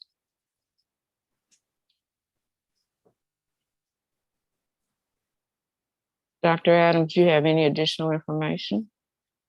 No, ma'am. I provided the board with an update, I think on Thursday or Friday, relative that this is special education service provider that we have to do virtual because we don't have staff to do this. Okay, all right. So do we have a motion and a second to approve? I make- move that we accept the consent agenda 1/11/22/10. Second. Ms. Sonjay? Yes. Ms. Cousins? Yes. Ms. Fowler? Yes. Ms. Vowell? Yes. Mr. Davis? Yes. Ms. Jones? Yes. Dr. Roberts? Yes. Motion passed. Okay, let's move on to 01/11/22/11. A motion for approval. And a second. Are there any questions? I do have a question. When we discussed this at a prior time, there was a question as to the amount of money being spent on this particular project that's being sponsored by Metropolitan Sewer District. And I was really hoping, I understand the benefit of having green space at every school, but I was really hoping that if we're going to spend $150,000 toward Frable, that we would do the same thing for a school located in North St. Louis, like Herzog, for instance, because they have a lot of asphalt on their playground, that we would do equal justice to that. So that's my concern right now, that we are giving this much money to a project. And I was thinking that we were asking the group to come up with more money than they seem to be coming up with. And then we see here in February that we are also contracting with a general contractor anyway, it looks like we're in charge of hiring a contractor to work on this, a project manager. Yes, ma'am. When we discussed this earlier, the board gave me directions to stay around 100, 150 as a max that we will be willing to contribute. Again, this is being funded by MSD. Other persons are coming to the table for the difference between the 1 million and the reimbursable 63611, and we're coming up with 150. It is our school, is our project. It will be there long term. To your point, MSD has worked with us by extending the time to March of 2023. They also have told us that they're willing to look at other projects for other schools, but we need to get this one off the ground in a way that it works. And so you are correct. We are going to come back and ask for another school site moving forward with a grant. MSD has said they're willing to work with us around that. This was supposed to end in March 2022, but they extended the ability for us to get this done and leaving the dollars on the table to be reimbursed. And so you are correct. We did discuss a school that was not in South St. Louis, and that is the intent moving forward for the second project we do, but we have to get this one done first. I understand, Dr. Adams, and I certainly hope that Herzog would be considered, because in that area, we've already closed Northwest High School. We have Walnut Park falling to the ground. And so it would be very beneficial to that particular area to have a beautiful green space where our students can thrive. So that's what I wanted to say about that. Thank you. Yes, ma'am. Dr. Adams, I have a follow-up question. I wanted to make sure I heard you correct. Did you say that something will be reimbursed from this? The 611, 300 will be reimbursed, not the 150. Okay, The board already approved and I have it here. Right. Yeah, last year, this particular project with the dollars being reimbursed. okay.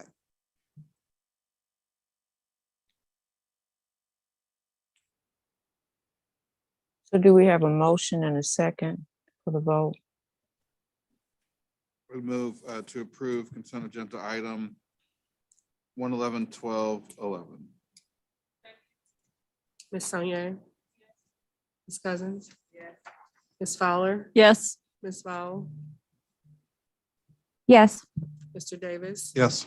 Ms. Jones? Yes. Dr. Roberts? Yes.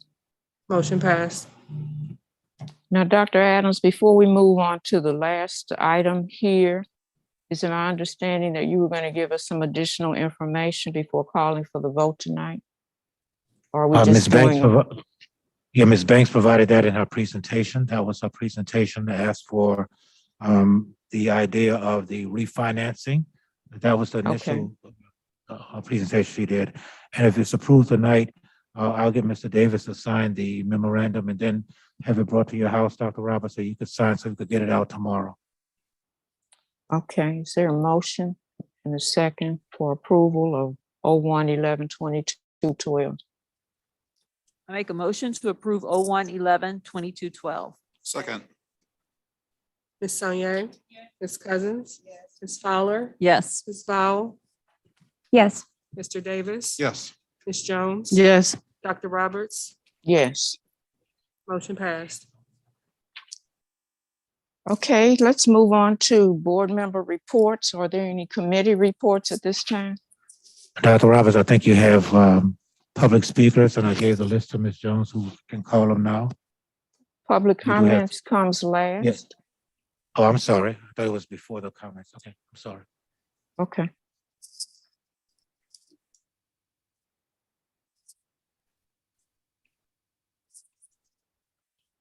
Okay, we're at the board member reports. Are there any committee reports? Yes, Can I go first? no. We're going with ladies first or gentlemen first? I'm going to go first. Okay. I just want to give a quick report today on behalf of the Legislative Committee.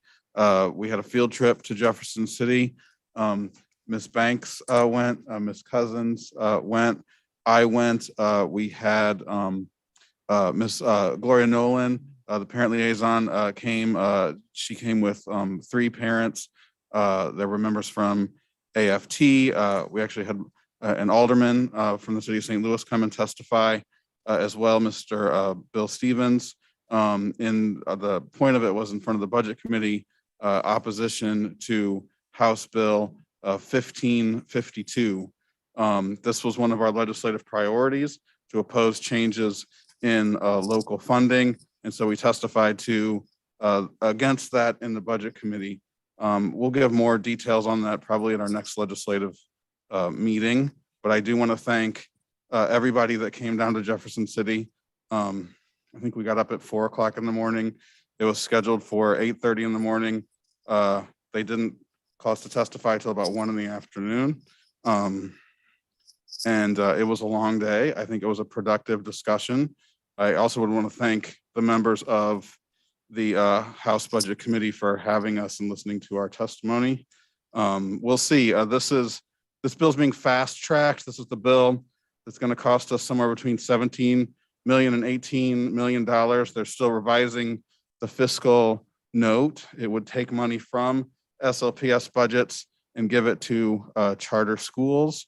I think the overwhelming message of those of us that testified was that this is not a charter versus public or district debate. This is not a school choice bill. This is really just something to preserve funding that we need to serve things like what Dr. March was talking about, things where we go over and above to serve the citizens of St. Louis, to provide the best education to our students, particularly students that are marginalized, that come to us with issues from society that we also need to deal with before we can get them educated. So we delivered that message today.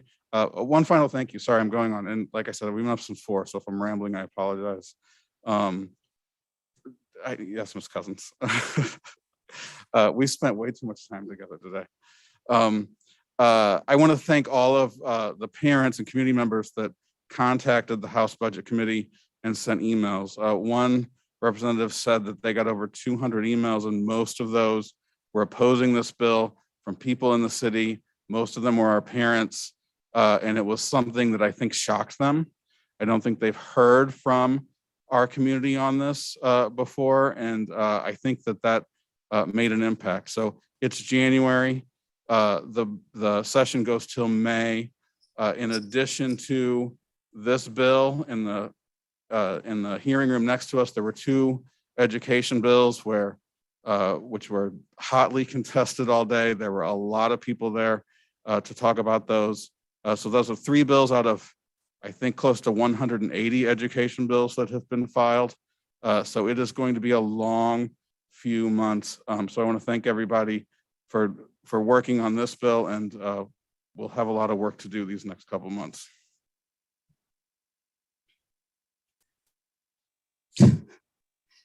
With that, I want to make sure we recognize Ms. Banks. Ms. Banks has really been doing this a lot or a long time, and for the most part, it's been her and Dr. Adams kind of by themselves.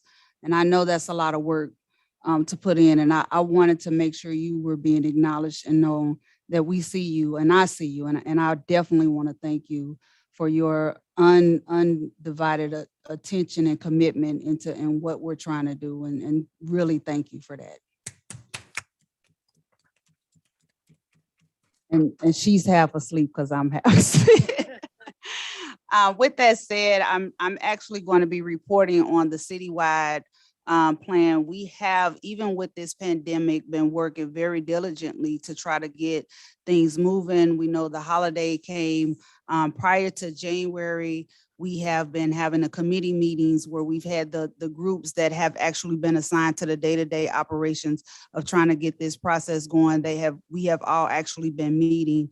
And a lot has really been happening behind the scenes. Ms. Lori will be putting within the next 2 weeks on our website the real live or real-time information as it goes, the updated timeline and what we've been able to do thus far, as well as what is to come. What I have before you, or what we have before you, is the citywide draft. As you see, it says draft. And we've been here long enough. I'm sure you guys have had the opportunity to read it. But what it's really doing is providing a background, the guided principles, the scope of the citywide plan, other needs, technical experts, as well as the work groups. This was what we've come up with thus far. All of this information actually was from the committee taking a deep dive into what has happened even before some of us became on the board with the breakout group meetings that was occurring within the community after the school closing had been identified.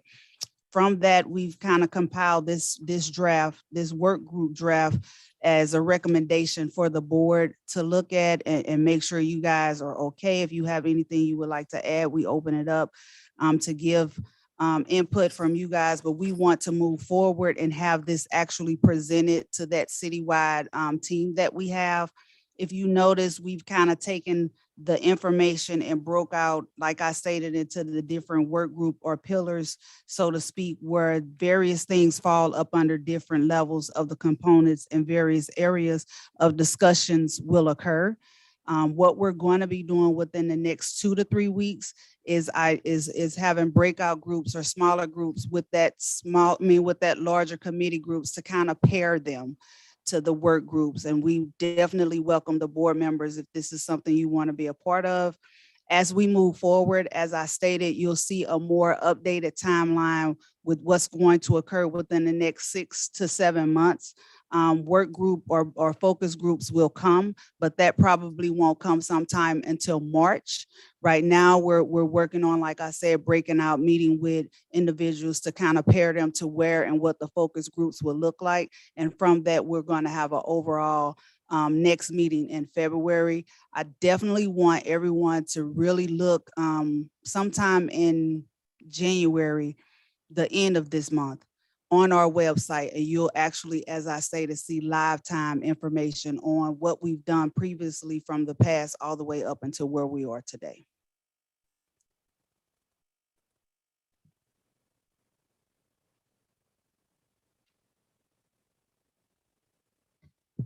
I don't have a report at this time.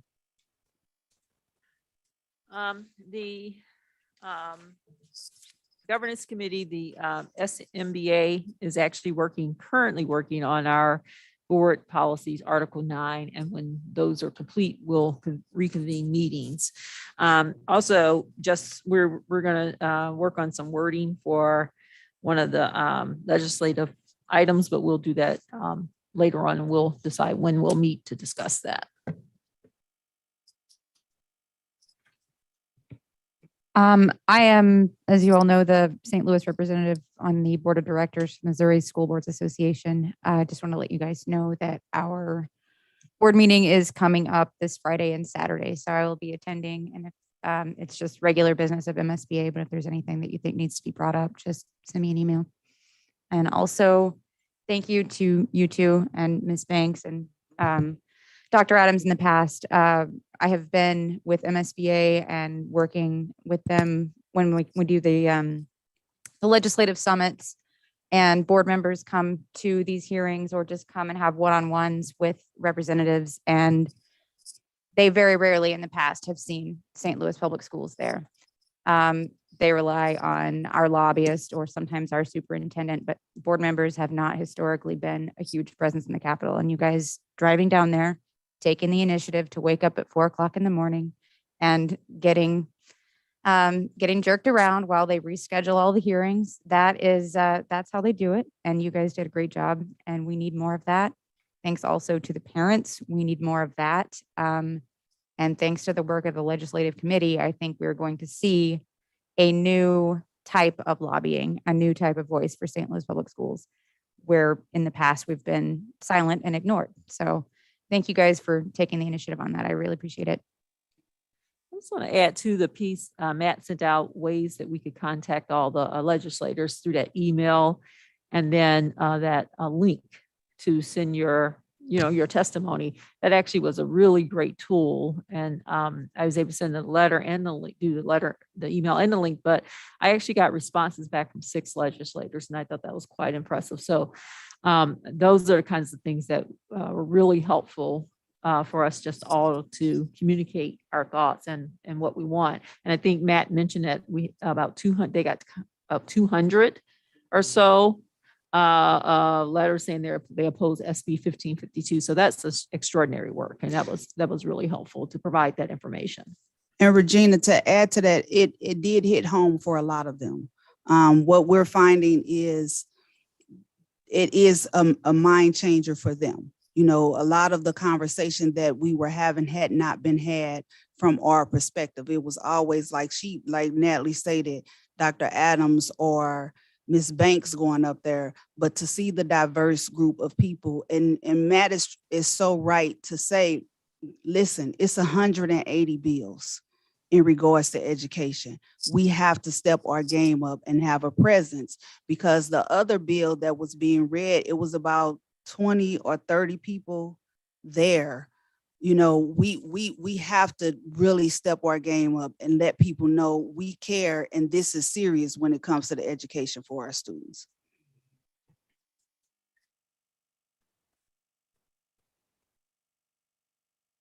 Are there any more comments?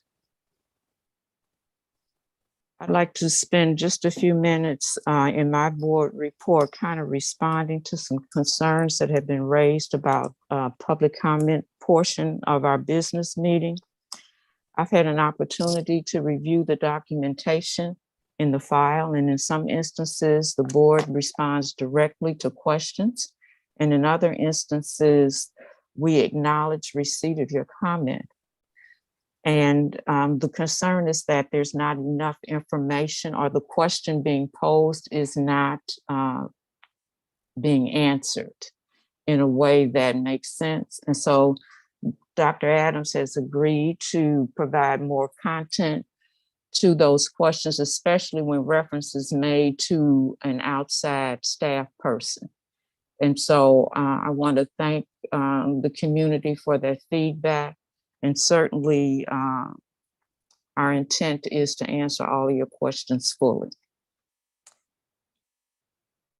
And with that, Donna, would you proceed to the public comment portion? We have a professional development request. Oh, okay. I'm so sorry. Thank you.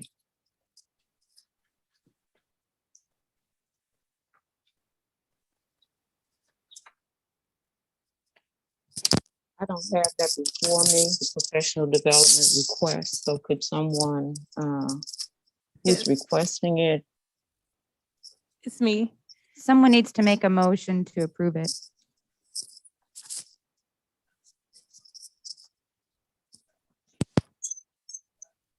Sorry, I make a motion that we approve the professional development request submitted by Alicia Saunier. Second. Oh, can I get some detail? Yes, so there's a competitive program here called Emerging Leaders. And so I think essentially what happens is it's a nomination process. It's age group 22 to 35 years old, where you're nominated by your community as being an emerging leader for the region. And then you and these other leaders come together and really take on, like, you get more historical and institutional knowledge on the city of St. Louis from various industry standpoints. And you also build a relationship with your peers who are there. There's lots of seminars, lots of trainings, and then the goal is to really strengthen you personally, professionally, and civically. And so one of the things that we do is we also engage in a big civic joint collective project. I just got nominated and just got accepted recently, so I still have a lot more to learn, but I think it'll be a great opportunity just to become stronger as a leader and to learn more about the region of St. Louis. Thank you. I don't know if we've got criteria or parameters for professional development requests. I guess my question would just be, how is this going to help the district? How's it going to help students? For sure. So I spoke to Dr. Roberts and I spoke to Ms. Williams about it. I don't think that the professional development is just for us, like we have a budget for the Board of Education for us to develop as leaders and, you know, like go to conferences and get education. There is I think the reason that I was nominated for it is because of part of my involvement here in this space. And there's a component of the program that deeply dives into the educational history and policy of St. Louis, from like desegregation and some of the things that we talk about all the time. Haven't done it yet or participated, so I'm not 100% sure, but that is some of my understanding. And I'm also happy to send you more information on the program if you like, or if someone wants to also talk about the parameters of what the budget is for. So I guess my concerns are, one, the price of $895. Typically, things like this, seminars and conferences are between $55 and $250.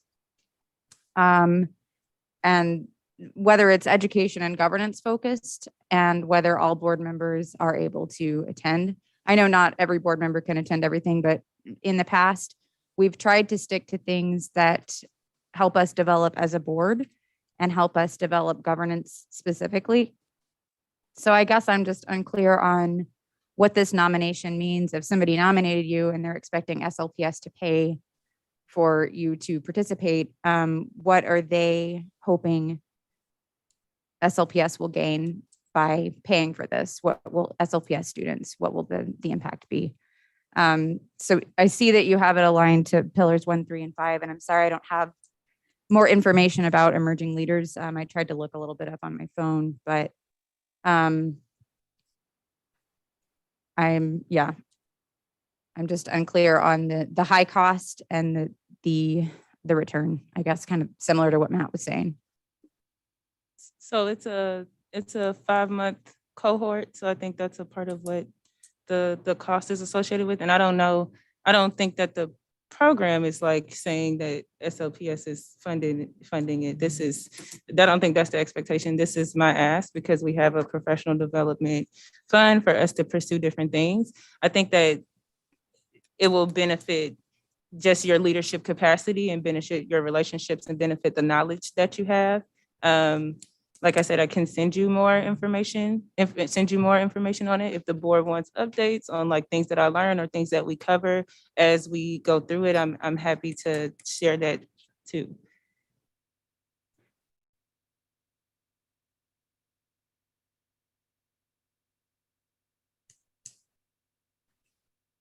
Are there any additional questions? The motion is on the floor. Is there a second? Or do you need additional information? When does this start, Ms. Sonier?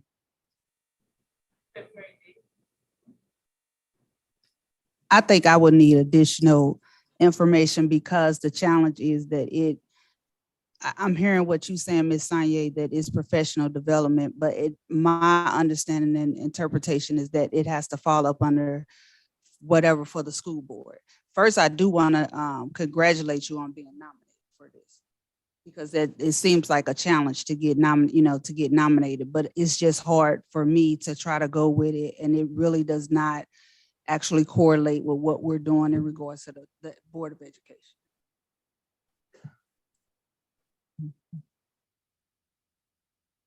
It sounds like we need some additional information before we can approve it tonight. Ms. Sonier, how quickly can you get that to the board? By our next meeting. I'll withdraw my motion. Okay. I'm sorry, Ms. Sonier. By our next meeting. Okay, so we'll wait on the additional information and how what you're doing will support the efforts of the school district and governance. Okay. Donna, if you please move on to public comments for me. Yes, good evening to our guests who have waited patiently. I thank you. The first speaker will be Mr. Bill Monroe.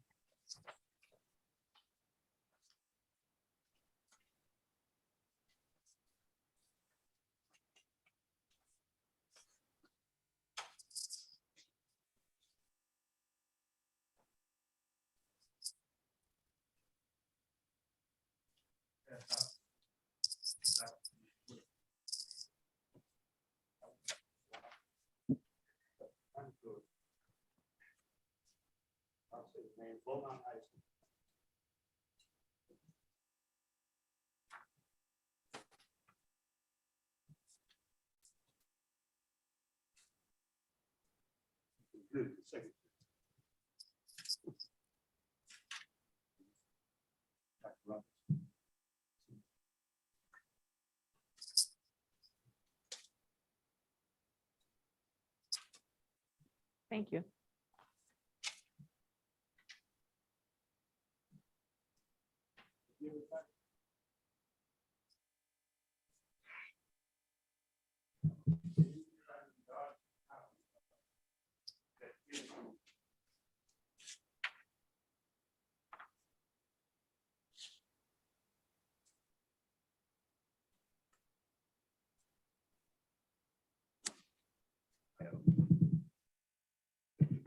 Greetings. I'm Bill Monroe, and I'm probably a familiar face up here. These documents that you were just given are backed up partially by a 24-page summary, St. Louis Public Schools Community Visioning Process, Clergy Roundtable Meeting Summary, March the 5th, 2020. And this summary, I think, has been forgotten. But I think also that we need to, and this is your meeting, Dr. Adams, where there were 65 participants representing St. Louis faith-based institutions. They met about schools. And on the last page of this, you'll see some information about what this commission felt should happen going forward with saving schools. Just about a mile east of Beaumont, and this is the school that Harriet Tubman is attempting to save. And now, with the benefit and the help of a bank, Mr. Orv Kimbrough of Midwest Bank Center over on Dr. King has agreed to help us with a bridge financing to save Beaumont High School and not allow it to crumble as Central did about a mile or so east. And this is a great document, this overview, and I can't add to that. I can't add to it. I just ask this board to consider what's going on with our children in the streets. They're dying, they're carjacking, they're murdering. I'm afraid sometimes when I walk around these youngsters and I'm able to handle myself. But there's a great deal of fear from our children and they're left to their own devices. And we got to stand hard, fast against what's going on now in these streets. And on the second page, you'll see of that document, you'll see a cubicle. This cubicle that we designed to go into a classroom that used to teach 20 and 25 kids, we put 11 plexiglass cubicles in each room. And in these cubicles, we have designs where the children can access learning, brick and mortar learning in a safe environment, a space where they can enter this cubicle and they can take their mask off and be comfortable. I almost passed out a couple of times with this doggone mask on it. And I've had my shots. I've had the COVID shots and the booster. And I'm still somewhat fearful. And I'm a veteran and I've taken these shots and hope I'm going to be safe. But if I'm going to stand before you and allocate for children, I'm going to protect myself and protect these children, and they need help. We are in a critical moment. We're in a crisis, and we're just walking around like everything is cool. We got to step forward. We got to step forward and do something for our children. And it's within our power to do so.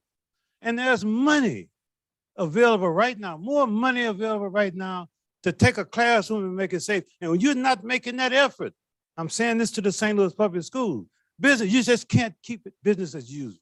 This is urgent. This is critical. And we got to act like it. I'm done. Thank you. Next speaker would be Ms. Gwendolyn Cogshell. Don't start the clock. The community have been texting me to say, thank you for coming, going to Jefferson City. Miss Tony, and Matt Dave been texting me and telling me they respect you all for, standing up for St. Louis Public Schools. The CDC has been all over the place. I only want to talk about them. I'm here to talk about children with underlying condition in St. Louis Public Schools. On January 12th, 2021, 4 of 7 school board members voted to close 7 schools. 6 of those schools were on the city's north side, the hardest hit by COVID-19. My concern has always been, why close down schools during a pandemic? I always feel like the space in the school with low enrollment should have been used for students with high risk rather than to close them. The CDC advises distance of 3 feet apart. This is not possible in classrooms with more than 15 students. If nothing else, these closed schools could have been used for spillover rooms for students who were at risk for severe illness. What groups of children are at risk? I'm glad you asked. It's similar to adults, children with obesity, diabetes, asthma, chronic blood disease, sickle cell, or any other children who have immunosuppressed can easily fall victim to this virus. At-risk children is the reason I was brought here today. My niece is 9 years old. She attends St. Louis Public School. She came home in September with breathing problems. She was taken to the emergency room to be treated for respiratory problems. She was admitted. While they were giving her breathing treatments, her lungs suddenly collapsed. As a result, she had to take emergency exploratory surgery where they diagnosed her with asthma and pneumonia. She missed 3 weeks of school. What her mother wants to know is, what is she gonna do? Because the CDC, when she called and asked, I think she wrote you, Mr. Adams, what they're worried about their children falling behind under this pandemic. Why are the students with underlying conditions still sitting in classroom with 25 other students? There's no way they're social distancing being safe.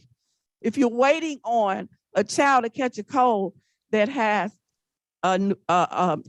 asthma to go to the emergency room, my niece has been there. If you're waiting for a child with sickle cell to catch a cold and end up in ICU, it's already happened. So what the parents are saying, why aren't the children with underlying condition isolated away from these other students?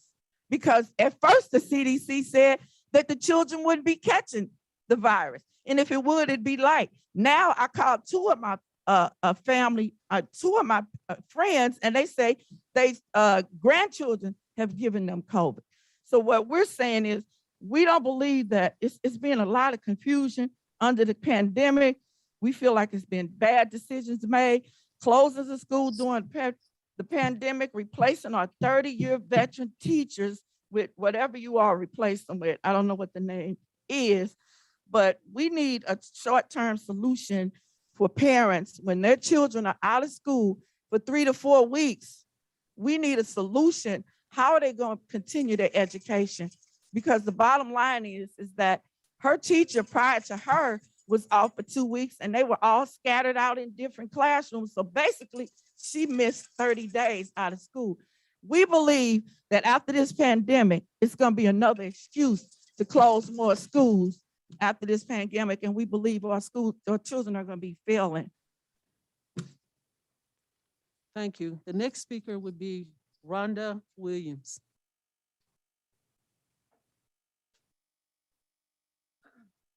Good evening. She's gonna wipe it down for us, Ms.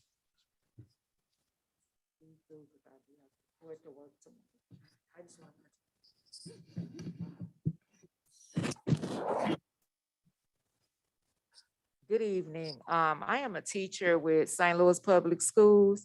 I'm not here to say that schools should be closed. I believe that schools should be open. I do have grandchildren, and some of them have to report to school. I have a grandson that has dyslexia. So I believe that some kids do need to report to school because they can't make it online. But we need the teachers here to teach them. So some teachers, I feel, are coming to school knowing that they're ill, or some staff, because they don't have the time to take off. So I'm here to ask the board to please consider paying teachers when we test positive. Also, please consider paying us when we take these booster shots when a lot of us get sick. I have allergies. I had COVID for 3 months last year. I missed the first month of school, but I still came back and did the best that I can do and taught my kids and produced graduates through the virtual program. So For me to come now with the same asthma, and I am a COVID survivor, and risk getting sick. When I clocked out yesterday, it was a student who came to the after-school program, and the monitor showed that he had a fever, and he was arguing with the security instead of just leaving the building. We shouldn't have to walk through that. We should be safe to come here and teach and do what we love to do. And we should also get paid if we get sick trying to help those students. So that's why I'm here, just to support other staff and support us to be able to do the job that we're hired to do. Thank you. Thank you. That concludes the speakers. I'd like to thank all of the speakers for coming forth and echo Dr. Adams' comments about all of us pulling together on behalf of young people in these unprecedented times. And of course, the representation of the school district by parents, board members at the state level is commendable. And with that, I call for a motion to close the meeting. Move to adjourn. Second. Ms. Sonier, Ms. Cousins. Yes. Ms. Fowler. Yes. Ms. Powell. Yes. Mr. Davis. Yes. Ms. Jones. Yes.